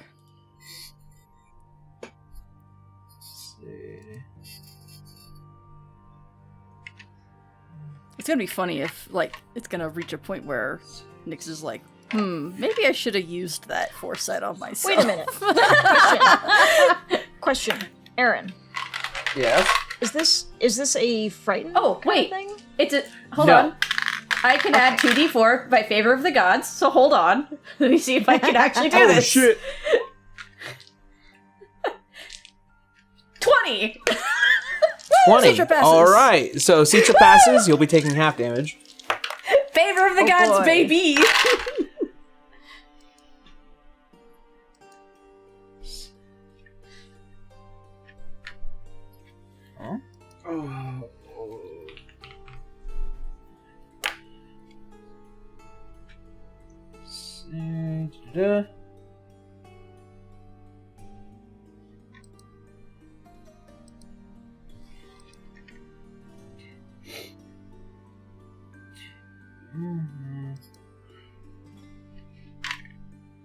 Oh, it's coming.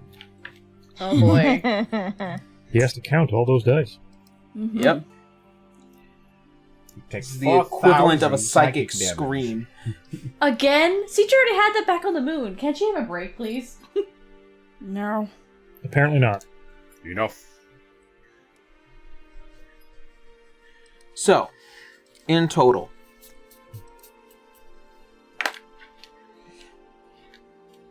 to those who have failed, you are taking 95 points of psychic damage. To those Ooh, who that succeeded, stings. You are taking half. Damn. Ow. Wow. So 40 minus 47 Fucking for us. ow. As you hear this rapturous scream as psychic energy begins to bellow out of the center here. As all of you go to grab and cover your ears, you could just hear it still screaming in your minds, and all of you see the visions of the last one who had this body. The torturous circumstances it had existed for hundreds of years under the rather cruel design of a Volnstinian empire. Oh, this is the dragon teacher saw before she teleported with Ignis. And it is disheartening, saddening. This being, as it trying to grasp onto its own life, it is being overwhelmed by another. And this fight, this internal fight. Arya, did you stop your song in this pain?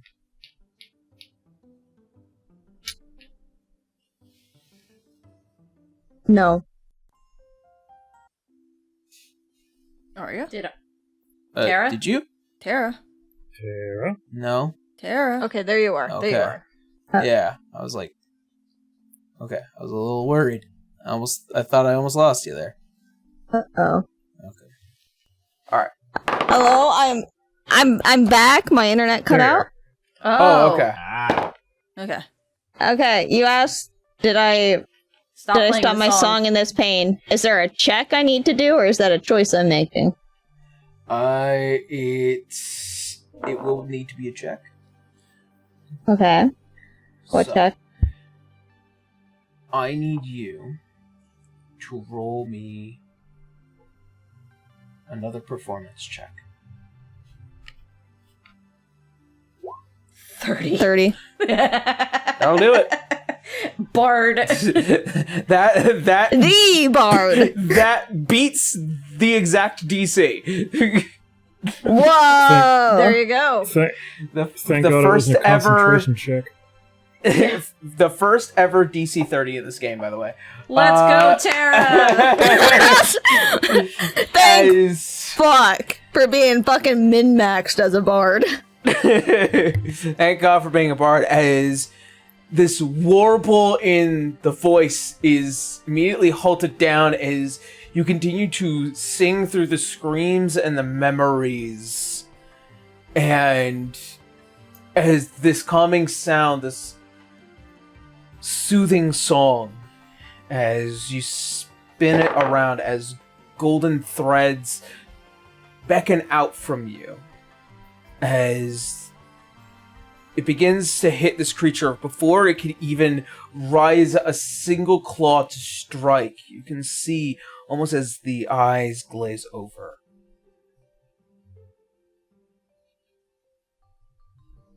And then calm. Is Citra still floating there? She is descending onto the floor. Okay, cool. I don't get ceremoniously dropped. Nah, she's got to catch her. As see as this massive sapphire dragon, as it kind of just stretches and moves. There is this look before finally see as the form glimmers in that Saphiric blue as it begins to shrink down more and more and more and more, to the point that it gives shape to this humanoid form.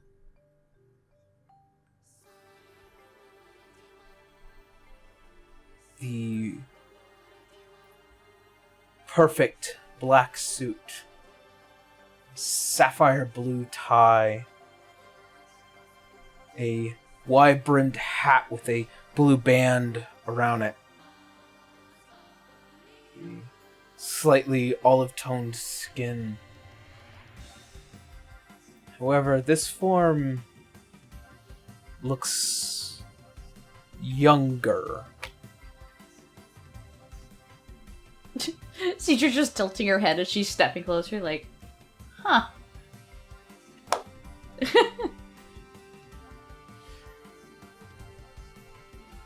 You see the form of Alois Azure before all of you. Is that you in there now? Did it work? As the head kind of looks up and tilts. And you can see the uncovered sapphire sharp blue eyes. It worked. And he immediately gets a hug. Now that she knows she's not going to get thrown. Yeah. And Winry is going to promptly fall on her ass. She is tired. Yep. Just screaming, don't ever scare me like that again. Just muffled by... As he looks at all of you. Now the real work begins. Cool. All of you. As if we aren't working already! Could I make one slight addendum to his description? Very small. Uh-oh. What is it? As he is now suffused and being, kept alive by Salazar's magic, Alois Azure's mouth turns completely jet black. Ooh. Ooh. Oh. To him, that might be an upgrade. Mm. And with Does that, Winry magic give him lightning sneezes? and with that, so we're gonna go ahead and end today's session. We did it! Alright. Hooray! Hooray! Yippee! all need so that was a very interesting check to do. Given the situation, there was only one failure out of the 3. Ooh. Yeah. So for every for every check that you guys did, it lowered the DC, and I had to succeed it at least more than twice, or at least twice. So I had to roll 3 times and hope that it would be higher than the DC. You guys had done such an amazing job in lowering the DC to the point that I only failed once, and that was because I rolled a natural 1. Ooh. Nice. So Fucking Arya with that 30. that was the circumstances in which to stop the rampage. Yay! Good job. Hooray! Boy, howdy, I would have loved to start a fight with 16 health. 16 health? 11 Yeah. health for me. He hit for 95 at the start. Yeah. I had 25 health. I was fine. Good for you. I would have healed you. Must be nice. Right, Connor and I were the only two that got that save. Damn. Alrighty. So, with that being said, we're gonna go ahead and jump onto some relatively quick announcements, and then we gotta head on off. So, I suppose my only real major announcements is that I have begun work on the next free run abridged episode. I have pretty much gotten everybody's lines in, and it's going well. So editing for me is going to be fun these next couple of weeks, but quite thankfully, it's not going to be too long in order to release this one. It's just that it took me a while to get around to writing it, you know?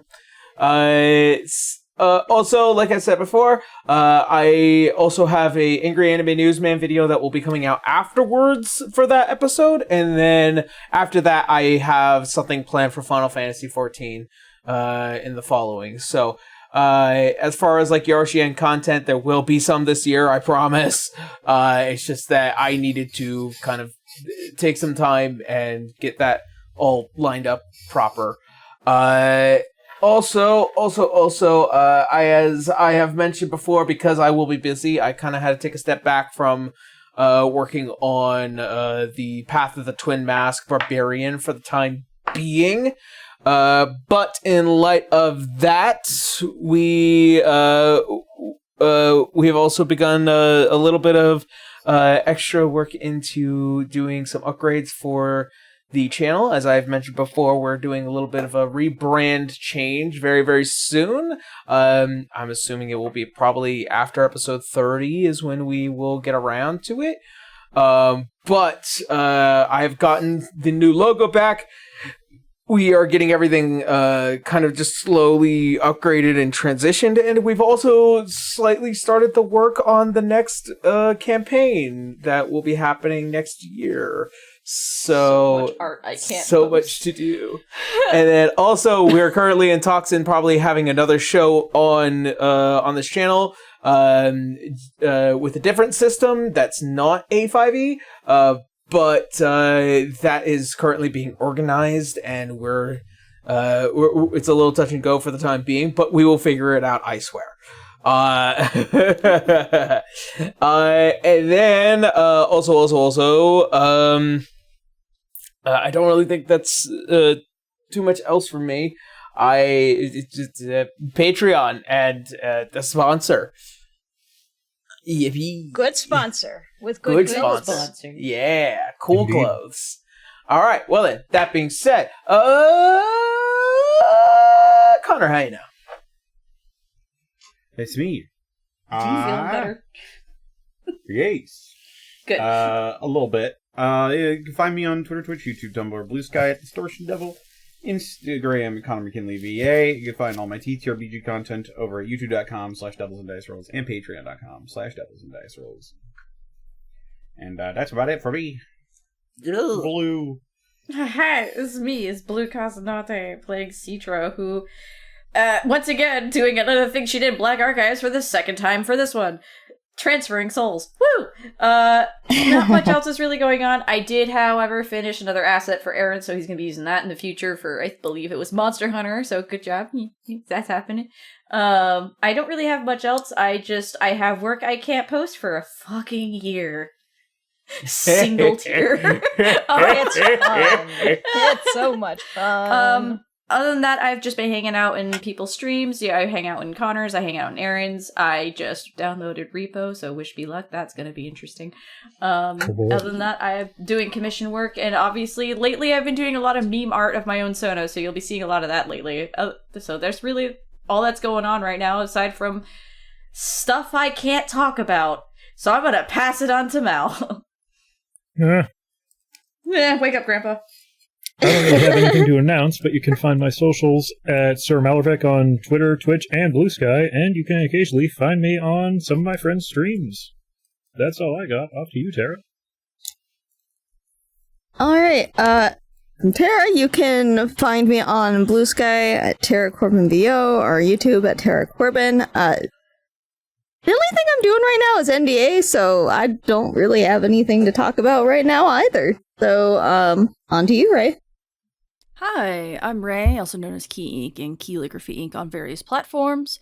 Let's see, currently just trying to go through the motions. Pseudo Armor may be taking a small hiatus, just due to life stuff and catching up on stuff.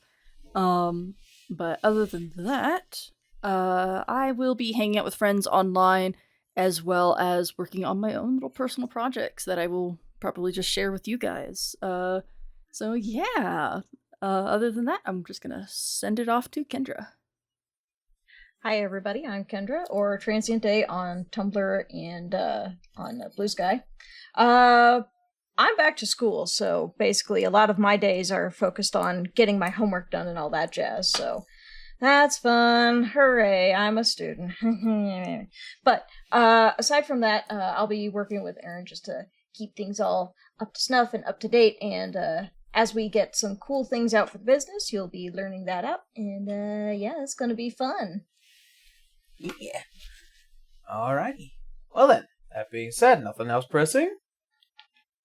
Like, subscribe, share with friends, share with enemies. Share with the neighbor Share kid with down the street. friends. Well, maybe not the neighbor kid. Maybe the neighbor teenager. Yeah, maybe that'll Neighbors. Yeah. The Yeah, neighbor your boy. neighbor.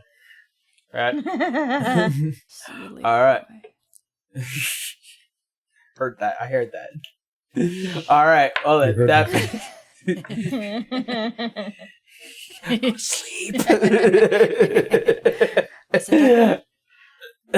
So, that being said, thank you all so much for watching. Thank you guys for hanging out with us. We hope you stay safe out there. We love you, and as always, see you next Sunday. Bye, everyone. Bye.